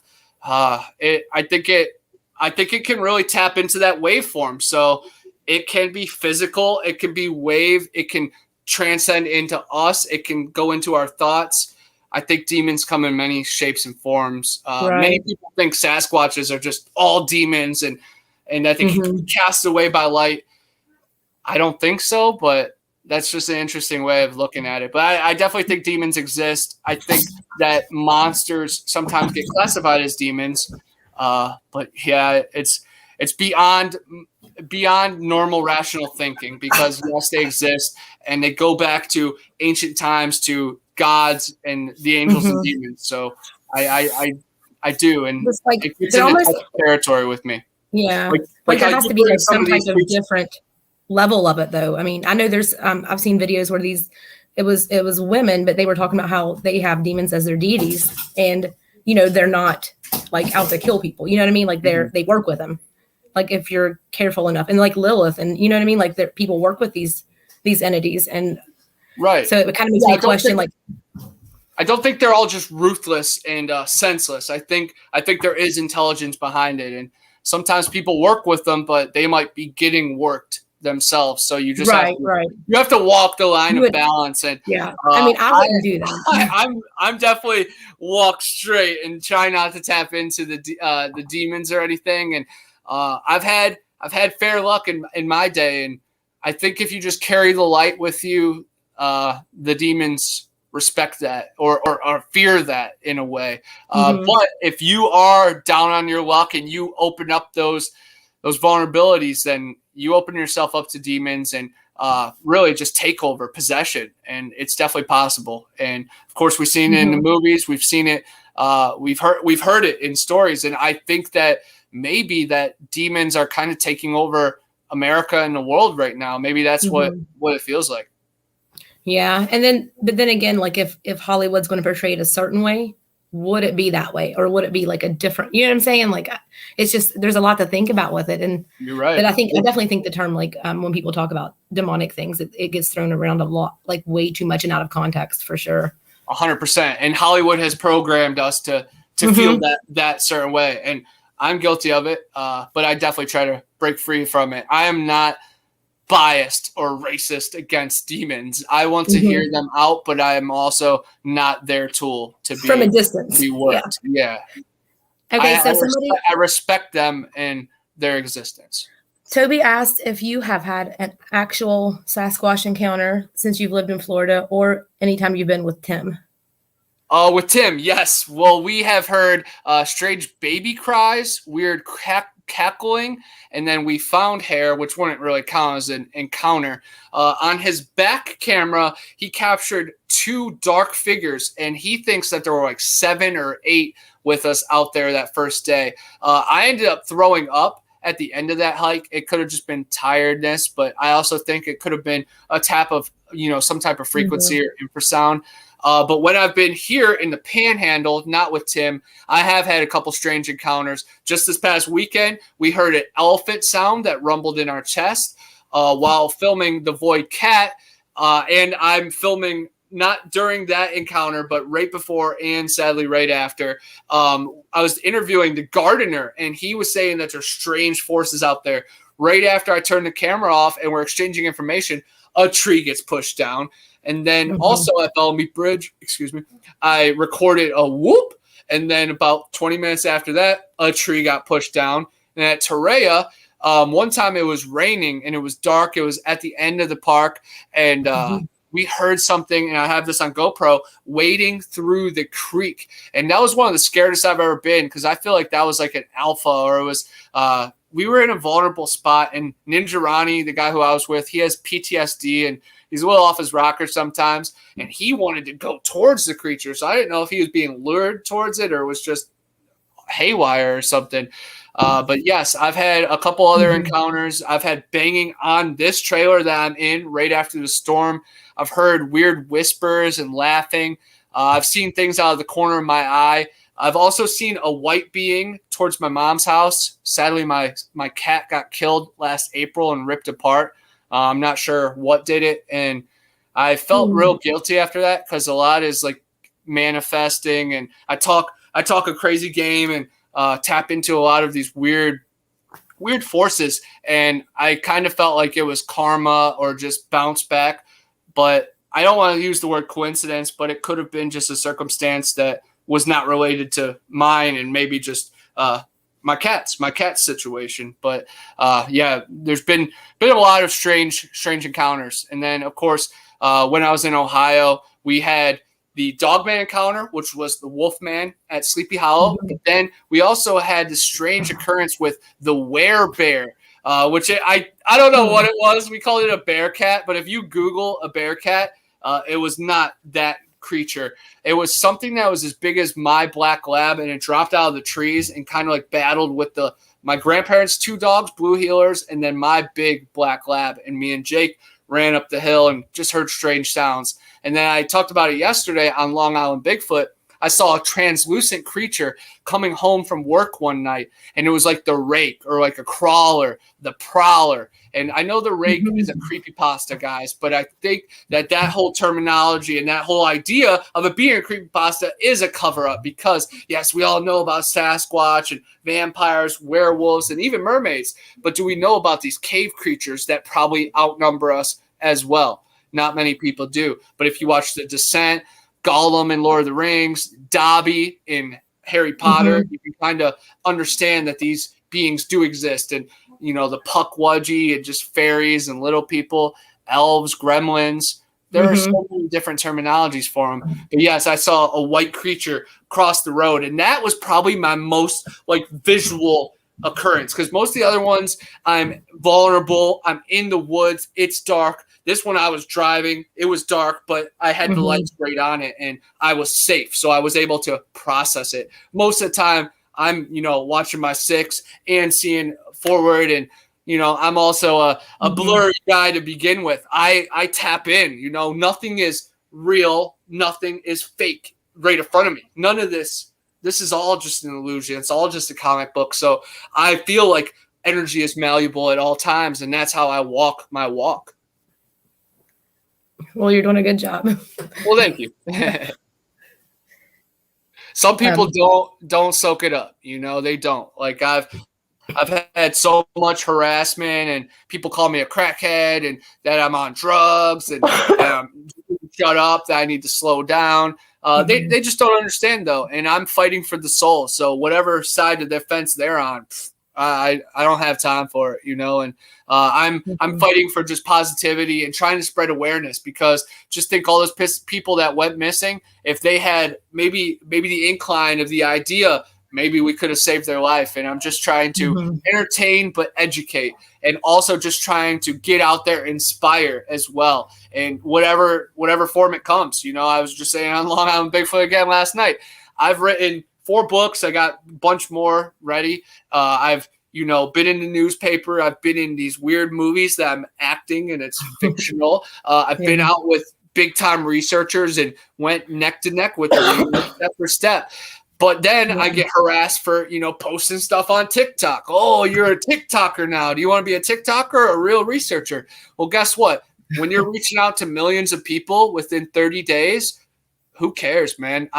I'm doing the real life IRL stuff, but then again, I'm reaching people on TikTok. Same thing with you. We are touching the masses, and there are so many untapped frequencies and people that are on the fence and on the verge of, becoming a researcher, becoming an enthusiast. We have to just share that positivity. And there's so many people chasing their tail, like still going after the Patterson Gimlin footage. Like, guys, I have like at least 15 photos on my phone that would just like shut any skeptic up. But for what, for what? But guess what? The bottle's going to be shaken up very soon. I have permission to share a handful of the pictures, and TikTok's going to be the place. And that's what's so funny is those people that were talking bad about that tool. It's just a tool. People said the same stuff about Facebook and Twitter. They said, it's just junk. Well, guess what? Fast forward now, what does the news use to update? What is your police station? What is your local police station use to update?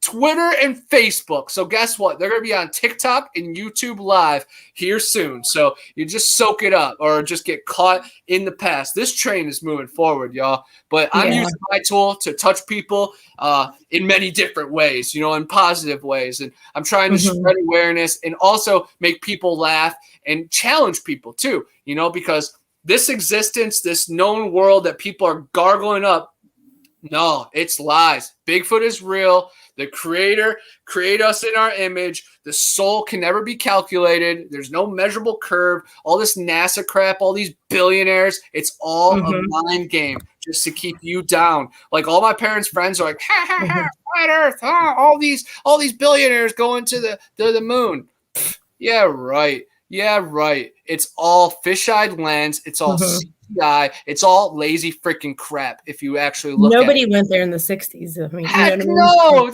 Stanley Kubrick filmed the moon landing. He came out and said it in The Shining. Yes, I saw that. He changed Stephen King's room number to his room number to admit that how far the moon is from. Isn't it 239, I think he changed the room to? Because it's supposedly like 239,000 miles away.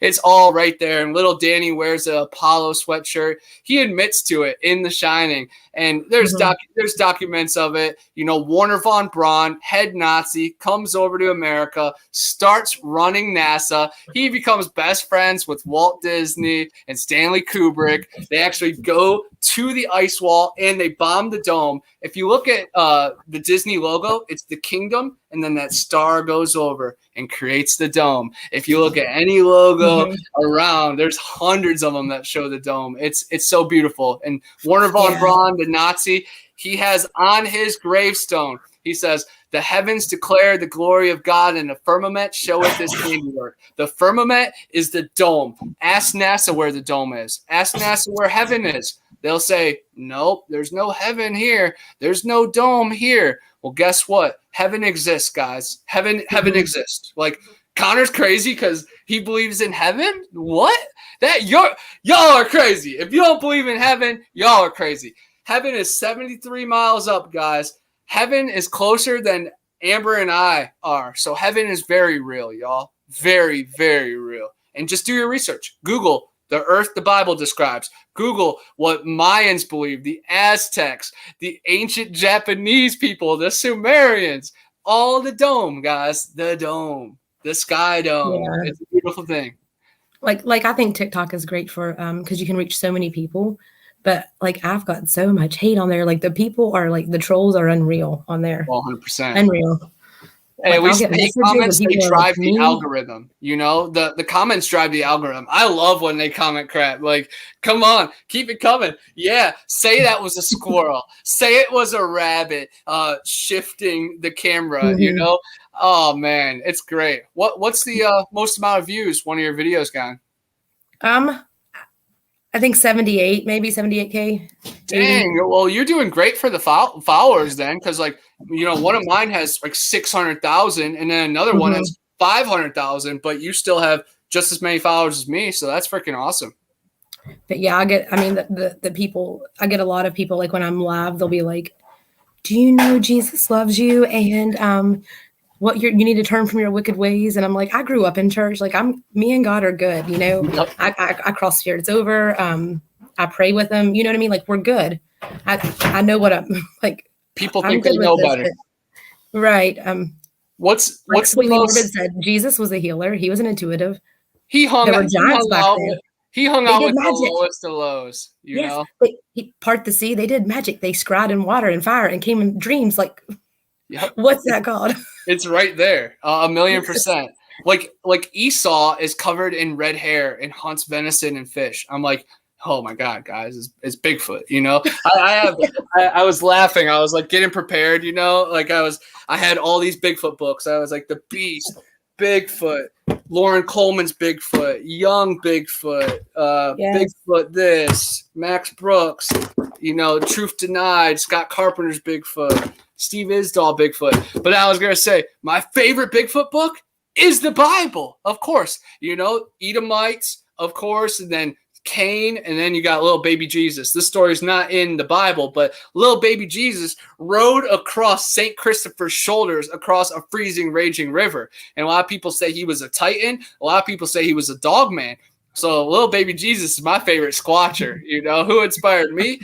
Bobo and baby Jesus, you know? And you know, I have one Bible that's like 1940s, 30s, but the farther you go back, the more you can compare it to something nowadays and see how much it has changed word by word. There is stuff added to it that never existed. There's books left out of it. You know what I mean? So yeah, the Book of Enoch. The Book of Enoch proves the globe is crap, and it also proves that the Titans existed on this earth. It's beautiful stuff. And yes, like it's so funny that people know better than us on TikTok. You know, they know us better than us. You know, what's the most live viewers you've ever had? It was probably a little over 1,000, but it was when I was doing readings. But it was just like, it was so much that I don't want that many, because it's just chaos. Static, and then if I don't see somebody's question or get to them, which I couldn't, because it would say like 99 plus, like I couldn't keep up with them. I would get like messages or people leaving comments and like telling me that I'm rude because I skipped them. And I'm like, dude, there was like over 1,000 people. I can't. Yeah, it's impossible. Typically it's about 20 or 30 now. How'd that happen? Because clearly that must be how you've gotten a lot of your followers is through your lives, of course. Like how do they propel like that? How did you get thousands of people compared to a normal one? The Hatfield videos, I think, is where I was at the Vance Hatfield Cemetery. That's the one that went viral, and like a lot of people started like following me after that one. And then there was another one, but I can't remember what it was. Oh, the one where I was in the cemetery goofing off, talking about, you know, how I, with my abilities, like how it used to be and like what I do now. And apparently that video offended a lot of people, though. I'm like, it was all for fun, you know. They're like, your videos in the restaurants always seem to do pretty well too. Yes. Yeah, it happens almost every time I go to a restaurant now. And that's mostly the same place, right? What is it? I've seen a couple of your restaurant videos. Is it mostly the same place, or is it different restaurants? No, it's different places. Okay. The most recent one was Applebee's. The lady sitting beside of us, her dad was like standing there. But I get like, that makes me nervous. I don't like to go up to people randomly like that. You know, if somebody asks me for a reading, it's different. But when I go to someplace and but like sometimes they make me feel how they passed away. So I was like feeling really sick and like I wanted to throw up. So it was really uncomfortable. So when I finally talked to her, I'm like, can I talk to you for a minute? And she's like, who, me? And I'm like, there's this man, he's got a plaid shirt on. He's really sick. And he wants you to know he loves you and he's with you. And she's like, oh my gosh, that's my dad. He had cancer and he was really sick when he passed away. Like she was like bawling in the middle of Applebee's and I'm glad I could help her, but like, it makes me nervous too, but that's crazy. That's so special that you have been able to channel those powers. I honestly think everybody has special powers, but most people just have so many blockers down, and and then of course other people are stronger, and it's meant for. Meditation is so amazing. Mm-hmm. Were you always into strange stuff like growing up too, like aliens, like unsolved mysteries? My first paranormal experience, I was like maybe 4. We lived in Jackson County, and I saw this thing in the sky. It was dark. I was out on we had like this little porch with a wrought iron banister, and it went down over this hill. We lived on a hill, and it lit up, and then it stopped. So that like it was either the next day or the day after I went down there, and there's this big charred circle on the ground. But of course, nobody's going to walk down there and look and be like, that's what happened, Yeah. But that was my first one. The fact that you connected, you saw it in the sky, and then actually saw it on the ground, that's remarkable. You were set on that path. You were probably marked at that point. I mean, but I've seen stuff in the sky too near Point Pleasant in the sky. Like it's been years ago, but there was a lot of crazy lights one night. We don't know what they were. The Ohio Valley is full of crazy stuff. They have so many mounds there, and they found giant bones, right there. So that place is sacred. There was kings and queens in that valley. So yeah, those lights are probably just trying to find out where the deities went. But yeah, I've just recently got to where like I'll do readings for people and like say something when I've because like years ago I wouldn't do it. Like I just would chicken out. When I seen somebody. Yeah. Well, there's still a few times I kind of wish I would have said something, but I didn't. Boldness, is remembered. So always remember that. Yes. I love being bold. I keep telling myself if I ever see this one couple again, I'll tell them. And it was like 7 years ago. But I had went with a friend. It was her friends, to their wedding outside, and I saw his grandpa standing there, and he was dressed up, and he was watching the wedding, and I chickened out, and I didn't say anything. But I'm sure he would have liked to have heard that, Yeah, definitely. It's all timing though, too. You might not have been the best time to say it at the wedding, right? But I'm always afraid somebody's gonna be like, "You're full of evil. Get out of here," or something crazy. Yeah, I don't. People have adverse reactions, of course, to strange news all the time. I deal with a lot of cognitive dissonance. I just watch grown-ups dissolve right in front of me a lot of the time. And I'm like, how can you not believe in spirits or Bigfoot or anything like that, but you believe what you watch on Channel 8 every night? You know what I mean? That's where my mind goes. Yeah, they believe in the establishment. Oh my gosh, believe in yourself before anything. Right. Yes. Absolutely. I believe in myself and all the craziness that I've, researched and all the data I've collected. I think that I'm onto something, and that's why these past years, at least 2 years, the craziness, I knew this was coming. I hate to say that, and I'm not acting like I'm on a high horse, but if you just read between the lines, and it's all right there. They have to literally like say what they're going to do. That's part of their deal, the evil deal. They have to come straight forward and say what they're doing, and you just have to listen. And sadly, it started out slow, and now it's just like a gush right now. It's just like, it's crazy. It's scary.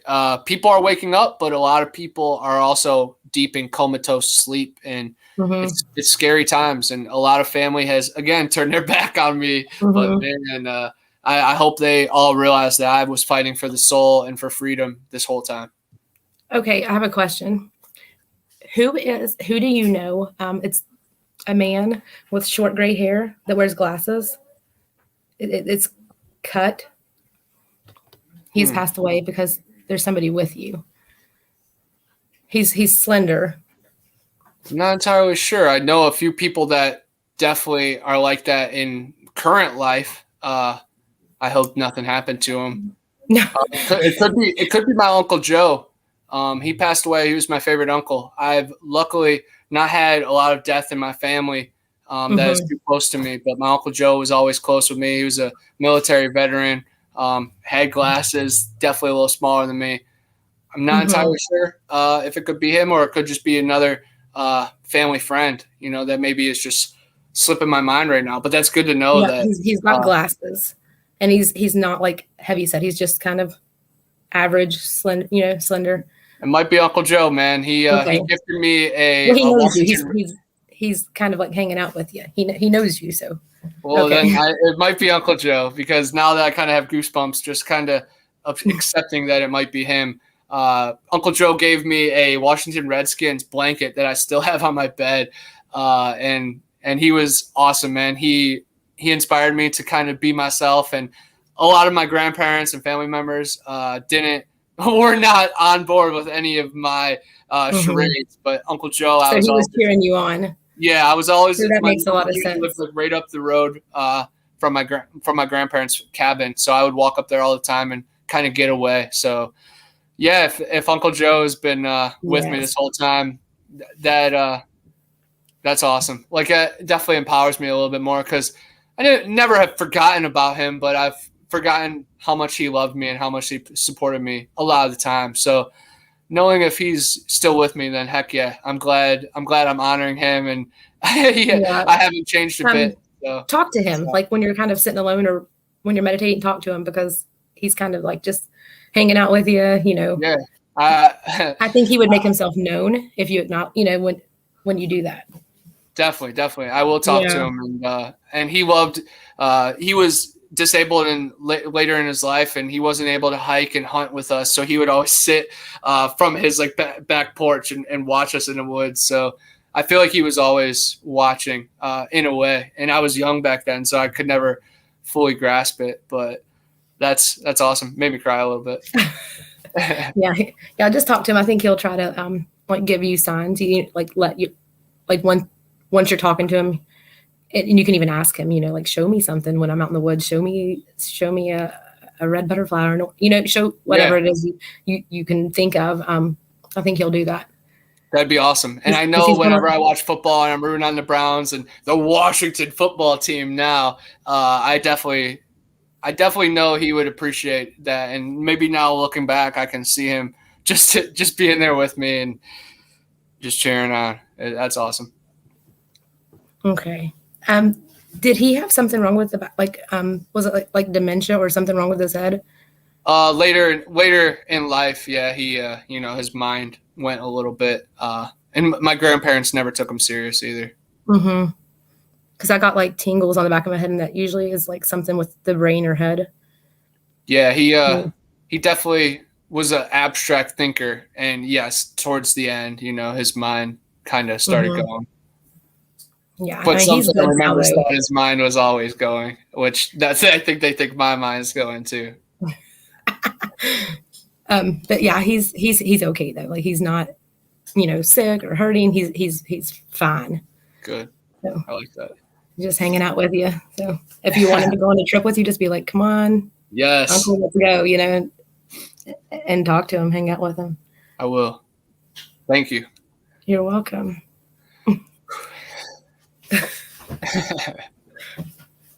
Whew, yeah, definitely. Now I feel all hot and bothered in a way too, like in a great way. Just knowing that, sometimes you're not as alone as you think. Mm-hmm. Yeah, because it's crazy, in this world. Yeah, I mean, there's a lot that we don't see, and but I think if everybody could see everything that existed, like nobody would ever leave their house. Right. There's everything is a perfect balance, and it's how it needs to be. And yeah, sometimes your like biggest lows set you up for, I don't know, your most precious moments. And maybe sometimes we don't get to experience it in this realm, because sometimes people are gone too soon, of course. But energy is never created nor destroyed. It's not the end. Yes. I've done TMT, guys. A little bit of DMT takes you to the next world. So imagine the exact second you die, your pineal gland floods your system with DMT. See, I've got like 14 spirits, at least 14, maybe 17 out in the yard. People just kind of follow me, they want me to help them, like, hear their story, help them. And so I've got those to cross over, which it'll take me forever. But the ones, like the two dark entities in my woods, they won't tell me what they are. And it bothers me that they're not like, hey, this is what I am. I don't think they're demonic, but they kind of show themselves like that black picture. That's kind of what they look like. They're just like these blobs with, you know what I mean? Like, I don't know what they are.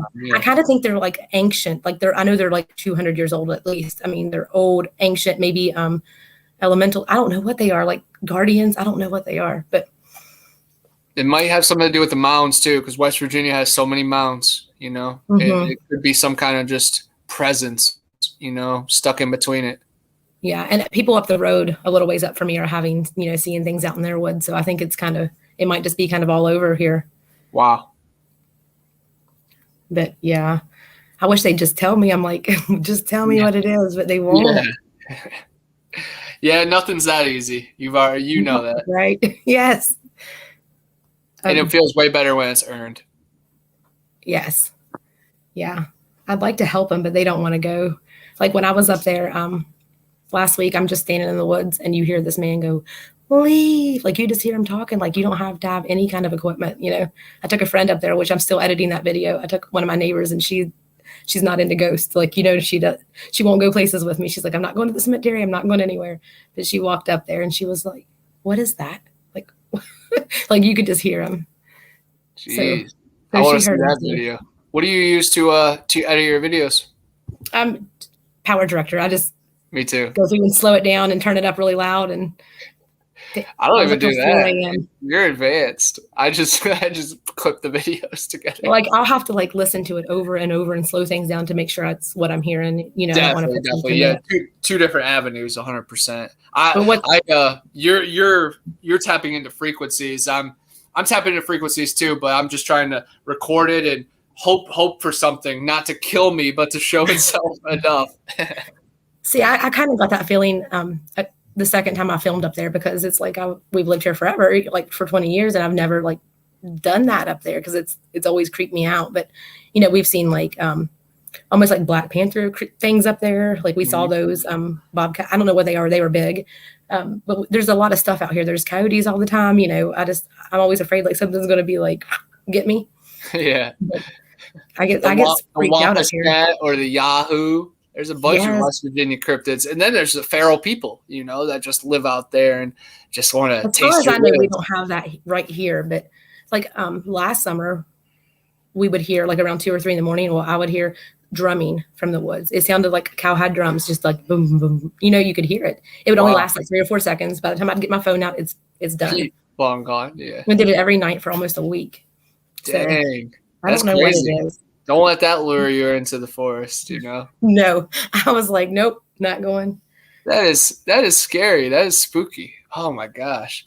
Yeah, I've definitely heard my strange sounds, thumps, howls, whistles, baby cries, a lot of strange stuff over the years. But whistles seem to be a common one. Like a lot of, I can hear that up there too. Like just somebody whistling or humming, Yep, and it seems like it's far away, like you barely heard it. Like it could be the wind as well. I'll do that too when I'm filming. I'm like, oh, my neighbor's outside apparently down the road, and it's echoing, but it's really somebody been like, get out, and I'm like, yep.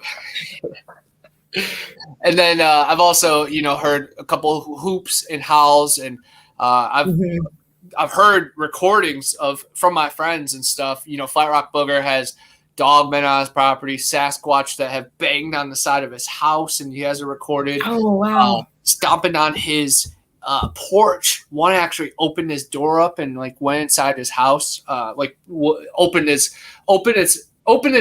door and then stuck its head in, and then it runs out into the forest and starts screaming like I just did something. Oh man! It's wow! crazy. I hear knocks on the trees up here, but I wonder if I could because like the two entities, like whatever those are in the woods, they're negative. They don't like people up there. They don't really like me up there, but they have respected me so far when I ask them not to come to the part we mow. Like they stay there, which is good. I'm happy with that. But I wonder if like a Bigfoot or something, whatever's like the woodman could like kind of protect the area. Like would they do that if you asked them? Like and not? Yes, I definitely think so.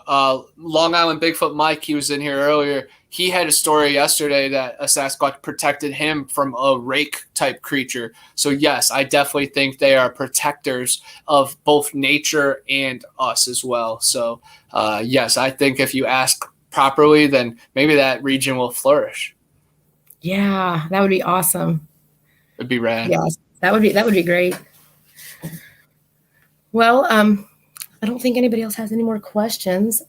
I've had so much fun doing this. Yes, time flies. We're at 2 hours. It feels like I know 25 minutes. But time flies when you're having fun, and of course, my rambling. But I could just keep going on and on and on. Yeah, but we're like-minded, so it's like it's fun picking your brain. 100%. And we're both TikTok legends. It was really funny that we were both on Steve Stockton's Friday night chat. Probably 6 or 7 weeks ago, and we were both at 11,000 followers. And I know that seemed like forever ago, right? No, I sent you a friendly challenge that we'd race it. You've got me beat now. I got you beat by a little bit, but you're just one video or one freaking live away. But there was one point that you had like 1,200 more than me, and I was gonna message you like, "Oh, you got me. I'm gonna throw in the towel." And then they stopped with me video. Like pushing my videos viral, and I don't know why. They just quit for like the last couple of weeks.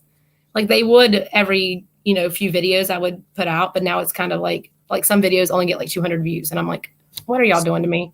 Same. It doesn't make any sense. I hate the algorithm sometimes because in one of my videos it had 50,000 in 5 hours, so that was on pace for 250,000, 240,000 in one day, so 1 million in 3 or 4 days.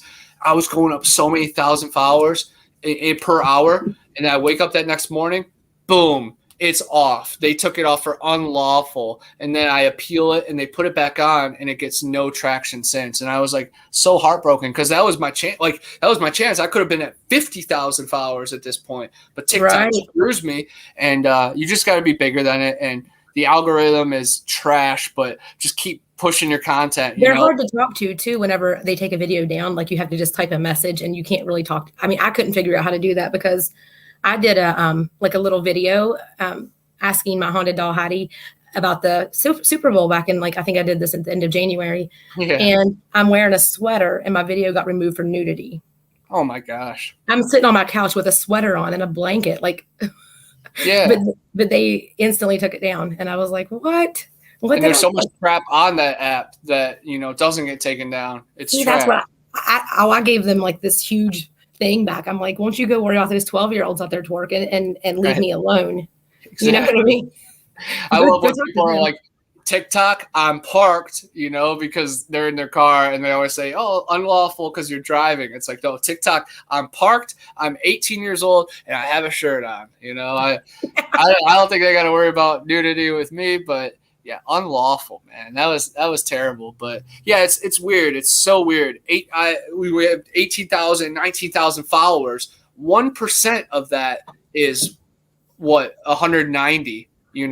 So 1% would be all the views right there. It's like how the heck does not even not half of my followers not see my stuff? But that's that's the weird thing about TikTok. Like sometimes your views get way more than your followers, but sometimes your followers don't even see your videos. Did you see that option they have though, where you can pay them to push your video through? Yeah, I've $70 or $80 though. It's real expensive. Really? So, I saw some that it was $5 and you get 1,200 views.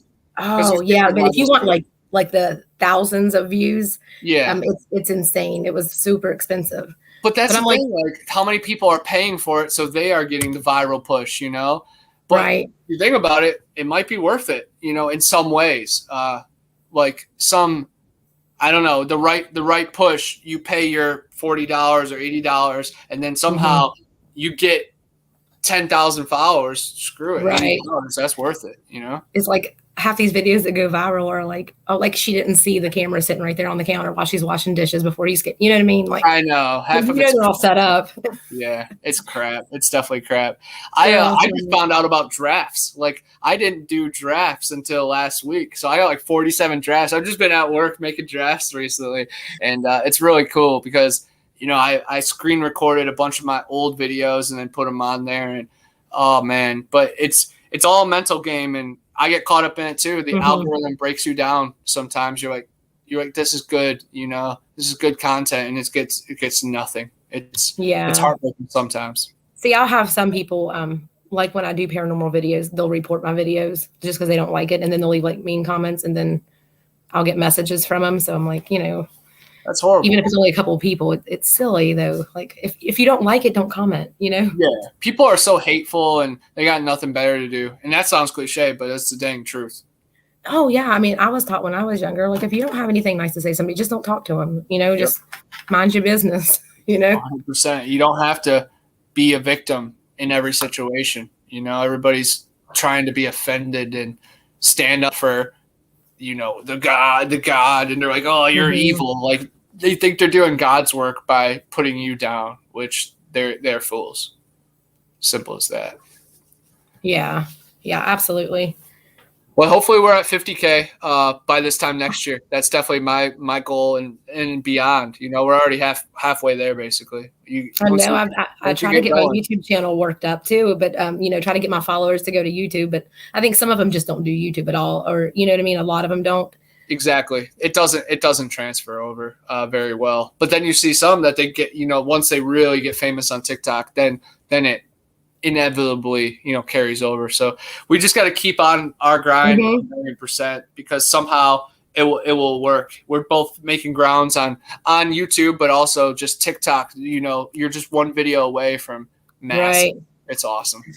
And some people don't like when things are like you're just being real about something either. I mean, that's what it's like. I'll never have somebody like in the background hollering or I'm not going to stage anything. Nothing's ever going to be fake with me. Is like what you see is what you get. You know what I mean? Same. Exactly. I think life is strange enough, yes, absolutely. That you just have to channel what's around you. And I keep bringing up Long Island Bigfoot, but me and him go back and forth all the time about what else is out there. And you realize that, they're always a lot closer than they seem. And then some people think like, I've been out in the woods for 60 years and never encountered these creatures. I'm like, they encountered you. You're just oblivious. You just didn't see it. Distracted. Yeah.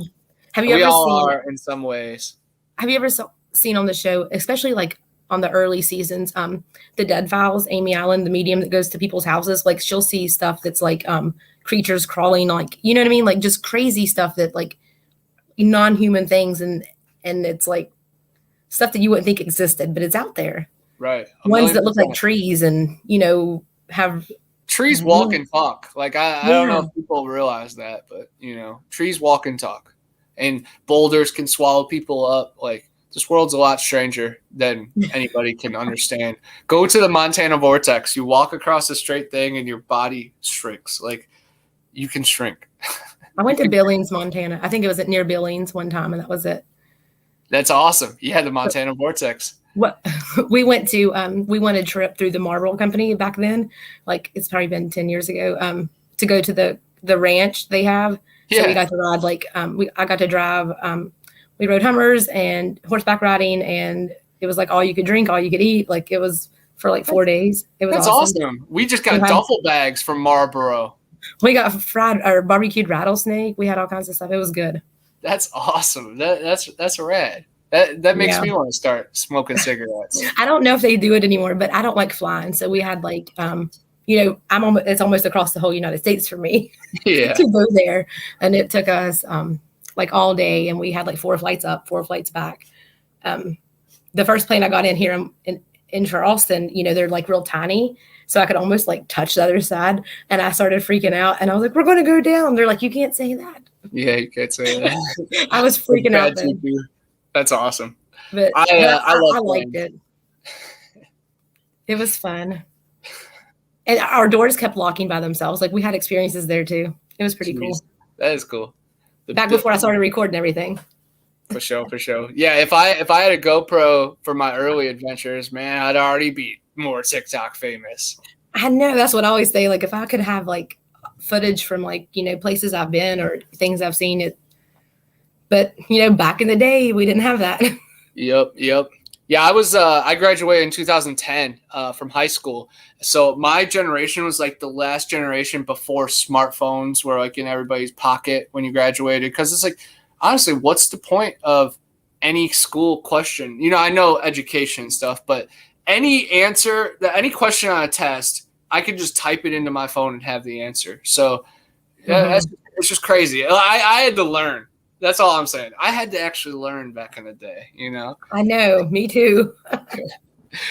Oh man, Yeah. the good old days. Back when we had to walk 200 miles to school, you know, up four frozen mountains, and Like I literally had to walk home from school, from high school. I did, and it I was had to like walk home a few 7 blocks. times, like 11 miles. That's how far Oh my gosh, yeah. I Then don't know if I one could have done time the in the 11 middle of the miles. night, I broke my ankle, and I was like volunteering at this one VOFT thing. It was like a sleepover, and then they sent us home at like 5 a.m. So walked home 11 miles on like a bum Oh ankle. wow, It was crazy. yeah. We always loved doing stupid stuff like that. We snuck into golf courses to fish and got chased out by weird lights. I don't know if it was the cops. I don't think it was the cops. I think it was just weird, weird anomalies out there. I know. We always played outside, and we all like the cops came a few times, but we'd always like mess with my cousin, and I know it was wrong. She was babysitting us, and one time we had ketchup, and I was acting like my brother got hurt or something out in the yard, and she called the police.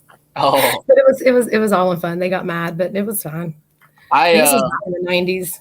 I went into the wrong house one time and got the cops called on me. I had a concussion and I was drunk and I went into the wrong house and I thought it was mine and sat on the couch and everything. And then next thing I know, I'm getting screamed at. And then the next thing I know, I'm getting dragged by police officers. And, well, they handcuffed me and they were dragging me by the handcuffs and my wrists were bleeding real bad. Oh my gosh. It was bad. Yeah, they mistreated me. But I was drunk. I probably had a little bit of an attitude, but I've had my fair share of fun and strangeness too, like throwing snowballs at cars and then them circling back and running through developments while they're hunting us down. Yeah, we've gotten into our own fun too, our own mischievous nights.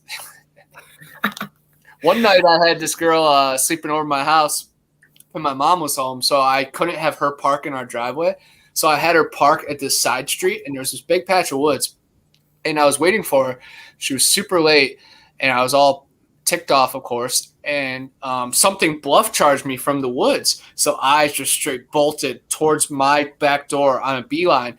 And I was running, and I went through my neighbor's garden, and they had garden stakes. And I ran, and it drilled my collarbone, broke my collarbone, and it went right through my face and ripped out my lip real bad.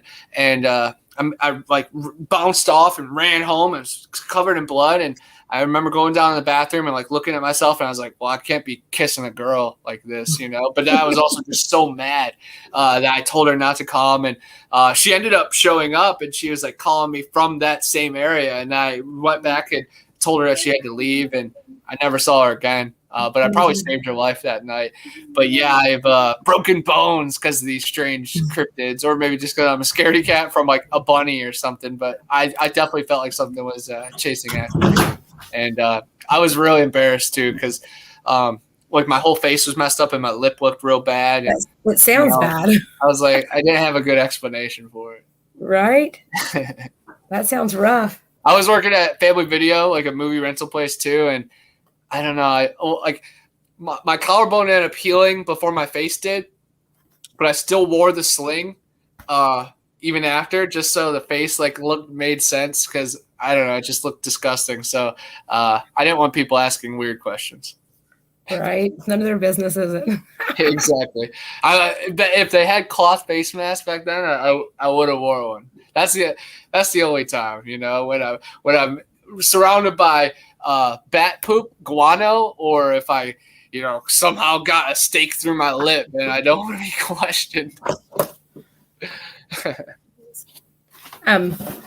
Yeah, that's crazy. That probably took a while to heal, didn't it? Yeah. Oh yeah. Weeks. I think I still have a scar and I'm kind of self-conscious about it. I have a scar here from a teeter-totter accident. Nice. I have another scar right by my eye too from a a water meter. I like dove headfirst into a water meter and cut my head real bad. So either I'm a son of a twin, or I, fractured my skull when I was a young kid. That's probably why I'm so receptive to all the energies around me. See, I've got well, I mean, it's probably not noticeable here, but I've got a scar here, and you can see the stitch mark still.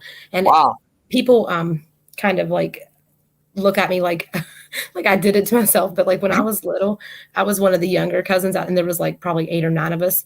And my granny had this glass screen door, and they were hiding Easter eggs outside. And when they said it was time to go, they pushed me through the door, and I got sliced up. Oh. So I did not get Easter eggs. I got stitches. I was mad. Hey, even right there, the Easter egg hunt, the Easter bunny, the bunny man. Come on, guys. We've always been surrounded by cryptids. Rudolph, Santa Claus, like that. Santa Claus was like the first cryptid I was going after, though. I have to admit that. Like on December 25th, December 24th, we were always looking in the sky for the sled. So, anybody that thinks they're so high and mighty for not believing in cryptids, like, man, you believe in Santa. And I know that I don't go around telling kids that Santa don't exist. I'm not spreading lies, Everything has root to reality. There's some kind of Santa or Satan or Satine out there. There's something. And he's got his little ills and Miss Claus.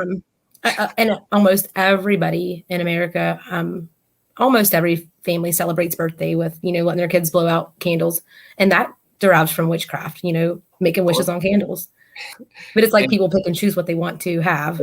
Putting our teeth under the pillow for the tooth fairy. Yes. We do an offering. Yep. An offering. Yeah, exactly. And we spell words and we write in cursive. Like, whoo, it's all right there. It's all right there. And if they want to deny it, boom, knuckle up. I got it. I got 7 seconds of action. That's all I need. YouTube, Connor Flynn or C. Flynn versus Craig Peters. Pop, pop, pop, pop, pop, pop. He ended up in the hospital with a shattered face. I just had one of these. Not to threaten anybody, but, if you run into me in a dark alley, you better turn the other way. Especially if you're talking smack about Bigfoot or the Void Cat, or if I catch you in Amber's freaking TikTok lives talking that what, that not. Oh, man. It'll be endo. Yes, but if you so are you planning on making a trip to Helltown anytime like soon, or did you? Life is so hard week to week. I definitely want to come home to Cleveland. I just went to the Everglades and spent a week and a half with my dad, and that was like one of the best weeks of my life. And my dad's one of my best friends, and I definitely realized that I can't go that long again. And screw everything that ever comes before family. You got to put family first, and then just let the rest unfold. I put family first, and then boom, I was on a boat by the dome homes catching sharks. So your career will triumph when you follow the right path. But I definitely I'm going to try to get there and film before too long and see what happens. Yes. Well, if I don't know how far I want to go in the woods. Come with someone safe. Maybe I'll send my my half wolfman friend to join you with his gat. You said he got stuff stirred up last time, so I don't know. yeah, he did, and it was his girlfriend that was like the Wiccan or the witch. So we knew we were going to stir things up, but you never could calculate the dark forces. That's why they had a Ouija board. Were you able to find the cemetery from the documentary? What was that? Were you able to find that cemetery they showed in that documentary? Because I can't find much on it. I'm not entirely sure about that cemetery. I know we found a Native American cemetery in the middle of the woods. So if that's the same one, but maybe not. There's so many stories that get thrown around and stirred up. But you have to just send me that video or something, or just a picture from it, and I'll be able to confirm if it's the same cemetery. Okay. Because I have some pictures from there, but I remember it. I remember it very well. Yeah. I 100% believe the dude who was like, they said he got left there from the military. Like they were sent there as like bait or whatever. Like I believe him. There's definitely a lot of mutants out there and a lot of stirred stuff that are unnatural to the woods as well. So got to keep your head on a swivel, guys. Mm-hmm. But what would make it stay in one spot? Just a territory thing, maybe? Yeah, maybe it's casted to that spot as well. Kind of just like Cain, he's the marked one, so he has to stay away. Maybe that creature would suffer if it leaves that realm, that stained soil, that grid. But I don't know. Things are always think about it like that. Beyond explanation. Yeah, that makes sense though. I didn't think about it that way. Like that, they were just made to stay there. Like, and honestly, this is the reason why the paranormal world, Amber, and why the Bigfoot world, Connor, have to combine, and we have to stop building these walls, because even these conversations and these goosebumps we're sharing get us somewhere. And so many people are so closed off, and no, Bigfoot's not paranormal. No, paranormal's not Bigfoot. Oh my gosh. I'm so tired of the division. So I really just encourage the paranormal world and the mediums and the historians and the Sasquatch and the cryptid hunters and the hunters and the fishermen all just got to combine our knowledge together. Yes, and be more open-minded. People need to do that. And if it's not something you agree with, at least hear somebody out and don't degrade them for their opinions or their thoughts. Yep. Don't put them down. Don't talk crap about them. Just if you don't like it, then go on with yourself, 100%. I'm big on nothing's right, nothing's wrong. I'm just a sponge and just absorbing what I can, how I can. Mm-hmm. And that's the way to do it. Just take in what you can, learn what you can. And, it's things you hear, you might find out to be truth later on or see it for yourself. And then you'll think back, maybe they were right. 100%. 100%. But everything happens for a reason. We had this conversation tonight. It's a long time coming, and I'm glad we could chop it up. And I'm looking forward to our future real life investigations, IRL, in real life. But I'm also looking forward to our future chats on here. And does TikTok allow for people to go live together? Yes, you can send a request to go live with somebody. We'll have to do that one time. If you're ever live with me, the thing is, whenever I'm live, I'm like literally like hiking, and I can't even read the screen. I'm like too busy out there. But if I ever saw it, I would definitely join with you. And if I ever see you, maybe and it time's up, I'll request to hop in. That'd be cool. Yeah, that would be cool. Because I've always said that's why some people get blurry photos of Bigfoot. Because that's the comment I see the most on it. Well, if you have an Apple or an iPhone 13, you should be able to get a clear picture. But it's kind of, to me, it's like the same with spirits. It's very rare to get a spirit picture. And a lot of times they're blurry. You have to know what you're looking for. For sure. Very rarely do you get a really clear picture. And I think that's because they're kind of on the same, the same dimension or whatever. 100%. They have the ability to electrical interference, so they already just zap your machine, and then their hair is clear and then reflects light, so they're literally a walking blur. And then just like Gemma has said, a glimmer man and a shimmer man, and then there's like the predator, the cloak, and then there's just cloaking of the Sasquatch. They have that ability. So yes, our stupid phone cameras are not going to get next to crap. I'm proud of what I've captured from this phone. But then me too. Kerry Arnold, he runs Bigfoot Odyssey and the 168 hour expedition. A bunch of teams went out to South Florida to get evidence, and they had like $5,000 cameras. And I've seen the pictures that they took of Sasquatch, and they're good. They're great, but they're still blurry. $5,000 camera, and it's still blurry. So no crap, our phone's going to be blurry. But you have to see it, and you have to do more than use your eyes. You have to use your mind, and it's all right there. But not second guess yourself, because that's what people do so much. When you second guess yourself, like we're just, that's who we are. We're human, But we like to do that. But when you second guess yourself or question what you see or heard is when you start trying to rationalize everything, and then, it couldn't be that. There has to be a logical reaon, or, You cheat yourself once you start dumbing stuff down. Life is already just beyond explanation. And sometimes I'm at loss for words. And if I'm at loss for words, then wow. Something's going on, right? Yes. I'm trying to find this one. I have some pretty solid Sasquatch pictures, but ones that really haven't been shared before. I'm trying to find this one. The real ones on quick. your last TikTok were awesome. The one, Thank you. I have that was ones awesome. that was like the preliminary ones. That was the first round, just to get some people ready. This one's actually from your area, so I'll just show you. I can't share whose name it is or anything, but they're remarkable. And there's 4 pictures, but there's actually like 15 pictures of these creatures.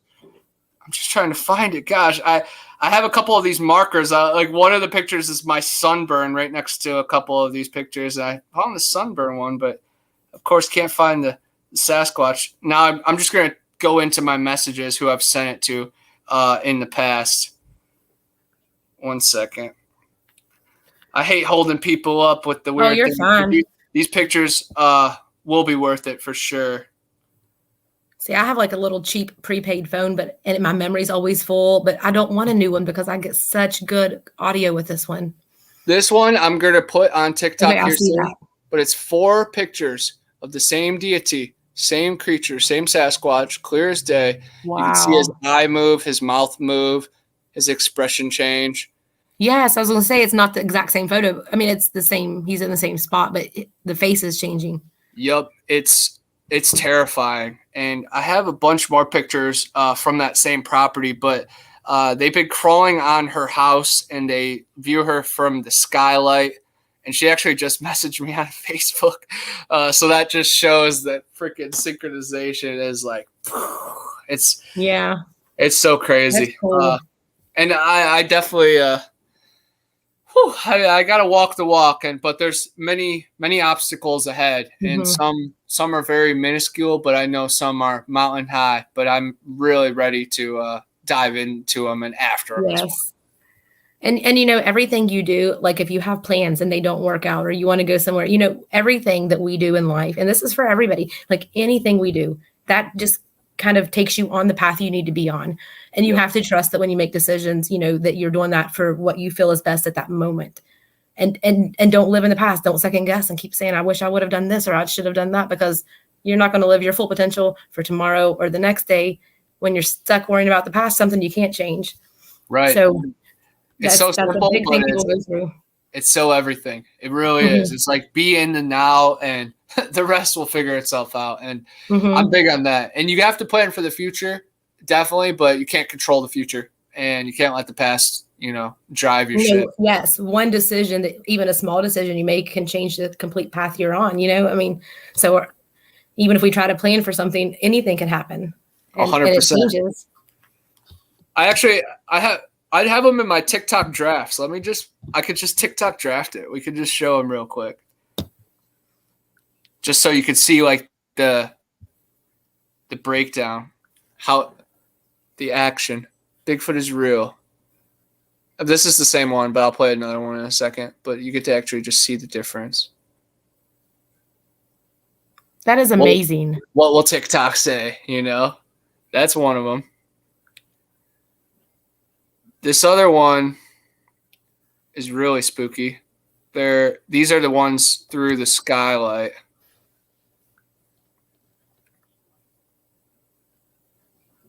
Oh, that's so cool. I'm like all up in the camera, but I have bad vision. I don't have my glasses on. That is awesome. So you'll be posting these soon, right? Yeah, in the next month. I have like 47 drafts, so. That is too cool. Seeing these photos where people point them out, like you, and there's another YouTuber that I'm friends with, Brenda Hawkins. She does a lot of Bigfoot, the paracryptid. But after seeing like I'll send her photos sometimes, and I'm like, what am I? I'm seeing something. Show me what you're seeing, and it's like I've been seeing this stuff all along, but I've never really. I'm always like, that's just my mind. You know what I'm saying? Like yep. That's what our mind tells us a lot of time too. And we're designed to find faces in anything we see. It's just how we're built, But sometimes there really are faces and stuff. 1,000,000%. I've had people point out stuff like right behind me, and I'm like, dang, I didn't even sense that. But I try not to let it dictate me. You got to be bigger than it, and we would already be long gone if they were like straight evil, beings. There's rules, and there's guardians, and there's barriers out there that. Can someone drop Connor's TikTok link in the? in the comments. Yes, please. Yeah. But Bigfoot Anonymous. I'm seeking 20K. I'm gonna be really proud of 20K because, you know, I have so many family members that just badmouth me. And it's like, especially with the modern establishment now, because now more than ever, some of them should be eating their words because, you know, let's go Brandon all the way. That's all I can say. But no, people were fooled by the media. And I always try to tell people, you know, can't let that dictate you. And I'm like a journalist. I'm an investigative journalist. That's how I started. I was on my school newspaper. So I was always digging into the truth. So, you know, I feel like I have a nose for the truth. So if I'm onto something, you know, I felt it out. I seeked it out. Most people, they just turn on the news and they just accept that. No, I'm fighting through these briars and through the jungle for the truth, you know. And I don't even watch the news or the weather anymore. Like I go outside and I'm like, which way is the wind blowing? Is it exactly? It looks like it might rain. I don't watch the weather. So every day's time for any of those answers or anything. Yeah, I don't either. News, can't ask the weather 1,000,000%. This will be the last one. This is a good one. Like 6 different pictures of one right up in the window. And this one's really scary too because it shows movement and, you know, they appear a lot closer than they seem. Were those still photos or were they like off of a camera? There's a video camera. Like 2 stories that are very similar and 2 different sets of pictures. One say it's just still pictures of one of them, and then there's another that they say it was like 11 minutes of footage, and they got the stills from the footage, and then the footage got burnt in a house fire. So I really don't know which one is which, but it's very interesting. Let me see if I can copy this real quick. Yeah, I mean the photos are impressive though. The ones that, you know, I'm seeing. And then the ones that I just posted on that most recent TikTok, a couple of those were my pictures as well. And it got a pretty good response. I put my buddy Ethan's metal band in there, and he actually did the music to the new Void Cat movie. And he was so honored. He was so happy. And then I've gotten like 15 comments on Facebook, not really on TikTok, of people like, why did you put that sound in there? I hate that music. And I'm like, wow. And I kind of want to tell Ethan, I don't want to make him feel bad at all, but I want to inspire him because it's metal. So he might like that people hate his music. And, but I also don't want to make him feel insecure because I like the song. But then I'm also like in the battle. I'm like, dang it. Did TikTok screw me because that music goes on? So a lot of people probably click off. So the algorithm screws me. You're always in a mental battle, you know? Yes, absolutely. It really is. Yeah, this has been fun. Like, it's been a blast. Time flew. You know, talking to like-minded people is amazing. It's good for us. It's good for our soul. It's good for our mental health. As long as power is on, I believe that, you know, people will be watching this video and gaining some kind of knowledge and just somewhat understanding for the weird world and maybe just you and I as well. But anything with Dogman in the title really blows up. So yeah, hey guys, what's up, y'all? In 2024, hopefully I'm still alive and not in a freaking camp for sticking to my guns. These guns, you know. I'll be in the camp with you. Yes, I'm looking forward to those camps because it will be a party there, man. I'm not looking forward to those. I'm of course joking about the camps, but if there is camp and I get in them, I'm gonna make the best of it. I don't think anybody'd make it halfway down my holler before they'd be gone. But I hope that's the case with a lot of it, man. And I live in Florida, same thing, you know. But they're going to try to break us down and make us look like the enemies, and can't let it happen. You just got to stay el natural and just ride. I like the ones over here pushing light and love to people, and right. And we're the bad ones. We're the bad ones. Yeah, doesn't make any sense. It really doesn't. I'll be the last human being in my family tree if it has to be that way. You know, there's all these other AI and half robots out there now. I pray for everybody. Please absolutely make the best decisions and don't let the establishment, you know, Beagle lives matter. Like, do your research. Like, don't listen to people that torture animals because they definitely don't care about you, you know? Right. So many people have put me down in the words of those evil people, and I ain't got time for it, man. Once I saw that guy in the picture with those people, I knew not to trust those words anymore. And I was right. So But I've always said, I'm like, I'm good. I could live in the woods. I could make do on dandelion tea and dandelion wine and fungi. Dandelion wine. I've never made that. I need to too. My grandpa makes a lot of wine. We made fried dandelions this summer. They were pretty good. Nice. I want to try that. I like fried Oreos. They didn't taste like Oreos. I don't know if I did them right. I just kind of put some butter on them, rolled them in flour, and fried them in my cast iron, and they were good. That's awesome. Just the tops of them.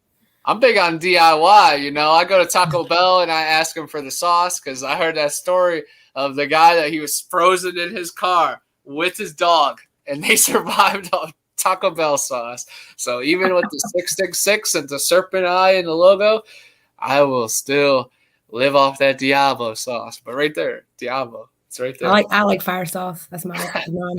I used to like the verde sauce. Whatever happened to that? I asked for it one time and they were like, I don't know what you're talking about. Of course not. You know, us and our chalupas, we're too old, I guess, you know. Gatorbait wants to know what part of Florida are you from? I live in the Panhandle. I live right by Marianna, Florida, right near the Ocheesee Pond, right near the cave that Donnie Miller had his encounter, right by the river where Stacy Brown had his encounter. But I also lived in Lakeland for a year, and I lived out in my car. But I'm from Cleveland, Ohio, and I reside now in the Panhandle, Florida, right past the timeline. I'm in the central time zone, so it's like time traveling when I cross the bridge. That's why I asked Amber. I said, you know, Eastern or Central? What time is it? What's the deal? But then I found the YouTube link, so I got my answer. See, I can hear the a little bit of that tri-state slang in your when you talk. People say I have it, but I don't think I do. Yeah, we never hear our own accent, but down here, you know, they're like, you're a Yankee. I'm like, dude, I'm from the Midwest. It's like there's New York and there's Maine and all that in that corner, but bro, I'm from the Midwest, the tri-state for sure. I'm from Lake Erie, 2 E's, not 3. I know. Anytime I'm out of West Virginia, I get that. Like, where are you from? Yeah, you call Mountain Dew pop, right? Yes. Yeah, oh yeah. And I was a bartender down here too, so they were like, "What?" I'm like, "A pop." They're like, "What?" I'm like, "Dude, you never heard of soda pop? You never heard of soda pop, for real?" Like, they haven't, you know, because the southern swang is a little slower, you know. Like and a lot of them don't call it Coke, just whatever it is, it's Coke. Yeah, you know. Yeah, I'm not a Coke person. I'm a Pepsi person. Yeah, well, I like Dr. Pepper. A Sprite is not Coke. Like, right, it's not. Like, how the heck would I want a Sprite? I don't want a red can. But oh man, I feel like I could be mayor down here in a couple of these towns just because the way I was raised. I don't know. And see, like crazy. Even hot dogs and stuff are different. Like one of my aunts, she frequently travels to, I don't even know what part of Ohio, but you know, when she goes there and orders hot dogs, it's like cheese and chili or tomato. I don't know what it was. It was weird, but you know, we make them with chili, slaw, and onions, and it's all homemade. You know, like that's just how we make it. Yeah. And you can't go places and like real far away from here and get that stuff. Cleveland's got stadium mustard. A lot of people never even heard of stadium mustard either. So it's real crazy. It makes me proud of where I'm from, and a lot of my childhood was really soaking in the vibes, and I beat myself up a lot of my adult life because I didn't know how to play music. I didn't know how to play guitar. I'm like, I know so much about sports, but I don't know how to play music. I felt like so worthless. And once I moved down to Florida, I was like made it my thing that I had to teach myself guitar, and then I did. And now I'm just like a campfire guitar player. Haven't really gotten much better than those first 6 months, but I'm still really proud of myself. And that allowed me to like accept my childhood and really dive into who I am. So you're never too late. I've been practicing on and off for a year on the guitar, and I can barely play Twinkle, Twinkle, Little Star. I can't do it. I'm not coordinated. Let me go around and play. I'll go get my guitar. I want to play one song that it's paranormal themed, so it'd be fun. And My uncle was trying to teach me, and he's like, "It's not that hard." I just can't. Yeah, everybody has different nicks and knacks, you know. I have like some My guitar ADHD, hasn't been so I don't my know if that's guitar right. hasn't been in tuned in like probably 18 months, so it's Connor's tune, you know, which is awesome. I'm all about being myself, of course. But this is a story about me and a story about her.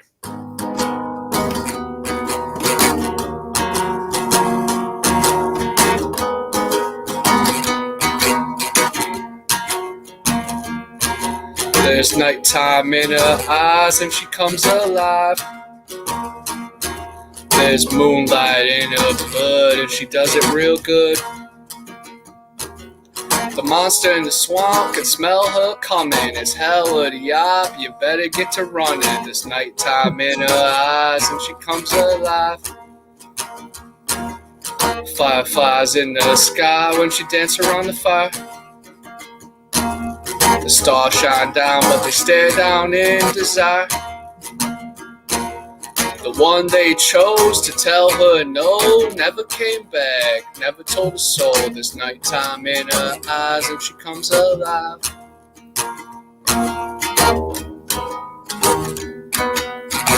Now I usually just freestyle like 2 verses, but I won't even bother doing that. I just soak up the vibes.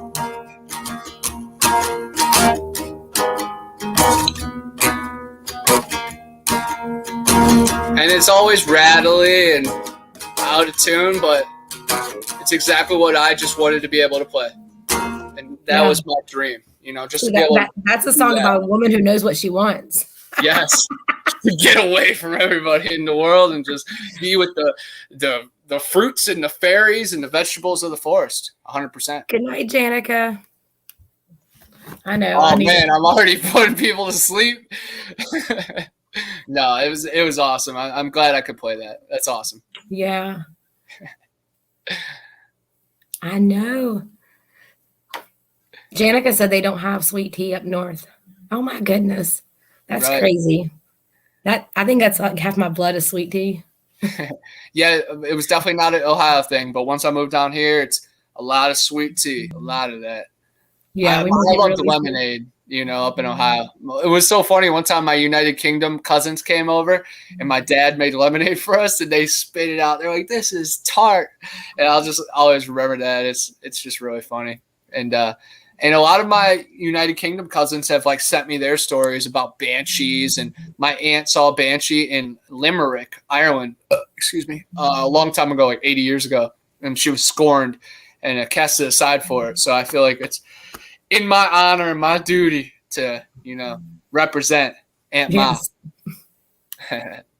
That's awesome. Part of me. Well, Connor, we need to do this again sometime. Definitely. As soon as possible. This was great. Yeah. I can't wait. I'm gonna rewatch it probably tomorrow at work so I could enjoy it all again. And I'm gonna read the chat and, you know, tap in. It'll be very cool.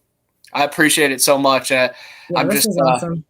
Everything happens for a reason and everything is perfectly timed. And sometimes those lessons are really hard to be learned, but sometimes it's really nice and easy. And so it's awesome. Thanks. Thank you for the awesome interview. And thank you to everybody in the chat and for all your questions. And thank you for answering my main question about it. Does Bigfoot poop? I'm like, yes. I have to know. That video, here, let me, I have a video of that too. I have a draft, and BF Bud is a good friend of mine. Him and his wife Angie, they love watching my channel.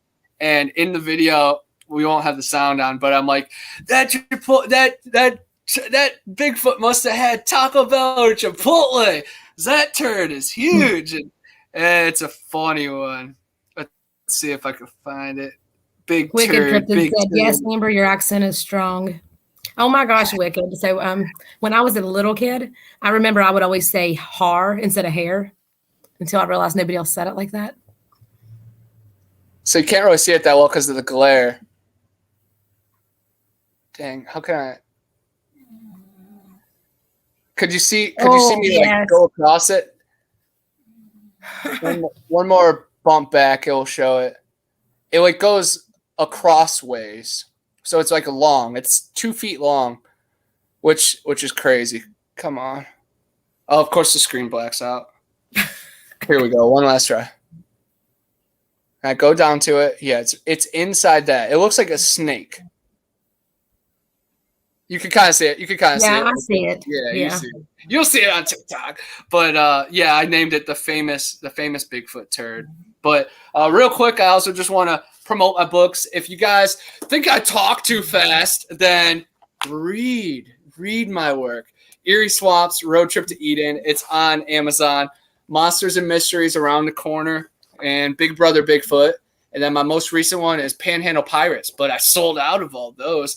But actually, I just interviewed with Beyond the Fray Publishing, the people that make Steve and Gemma's book, and they're hoping to bring me on. So I'm really excited. So my books will look like this here soon. Gemma signed me it, and it was awesome. My mom was like, I don't know what the word would be, but my mom was like reading over my shoulder, and Gemma said, "Thanks for always being such a bright burst of energy and light. I'm better for knowing you."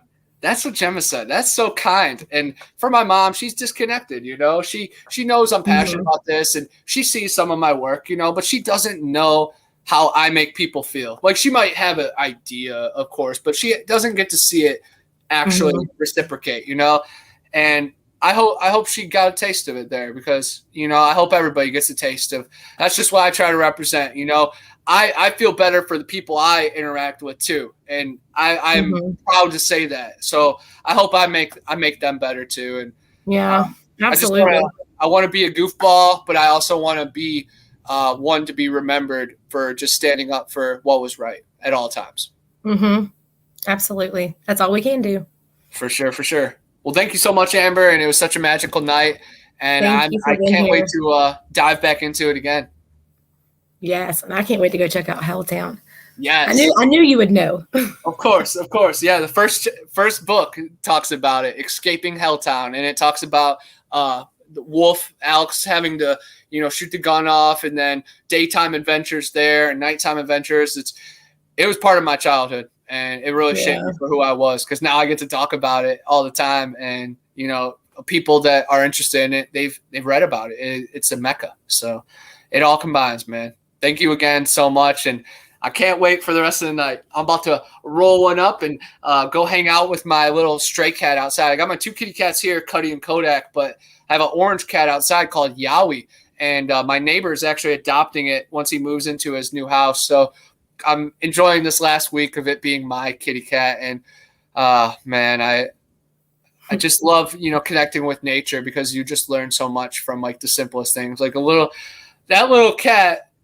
She's going to be in a couple of my YouTube videos in the future, but that little cat got attacked by something like a big dog, and has 2 huge wounds in its back. And that cat could be skittish. That would be the easiest thing, just to be skittish and just hate and be scared of everything. But that cat is the sweetest thing, and I just love it. And there's just so much beauty in this world. Just please tap into it, guys, and spread that love, spread that light. Do not be scared to be yourself, even if you look freaking stupid sometimes. I'm well aware that I stumble my words. I'm a walking conundrum sometimes.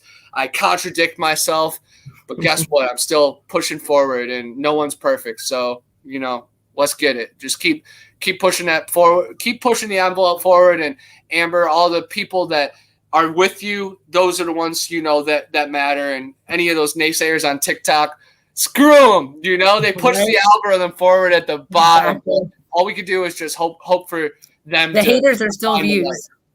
For sure. And I just hope those haters can just ease up, just so their life gets easier, because this is not easy, guys. So insecurities are real, vulnerabilities are real. Just be bigger than them. One little. I'll get people on there too that'll kind of like talk crap, and they're like, "Prove yourself to me, read me." I'm like, "Buddy, I don't need cards to read you to know you're a butthole." Yeah, exactly. I've told people that before, and I'm like, I've had a lot of people come back and apologize my way too, so I never get caught up on people Right. I don't let it get to me too bad. Right. Like, I don't like getting like messages, or like if people don't stop. But yeah. Well, have a magical night. You too. So thank you, everybody, for being here. Thank you so much for having me. I'm so excited to see what the future holds, and just to tap into, not to reminisce on the past too much, but I love watching my interviews because I get going, and I'm like, what the heck was I talking about? But it's all just a reflection of me, and it's a reflection of you guys too. So thank you so much, Amber. I will see all of you guys soon. And all of you guys, I have a live, I'm going to set it up probably in the next 15 minutes, a premiere set up for tomorrow because I got a long day at work, and those hour 45 minutes on the premiere, whoo, yeah, I can get a little closer to closing time. You don't have to go home, but you can't stay here. That's exactly what I tell spirits sometimes when they're mean. I'm like, you ain't got to go home, but you are not staying here. I tell them that all the time. Shutting the bar down.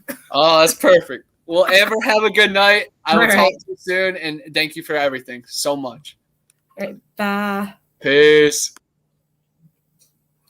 Thank you, everybody. I'm going to try to, I don't even remember how to do this. It's been a while since I did it live. Okay, good night, everyone.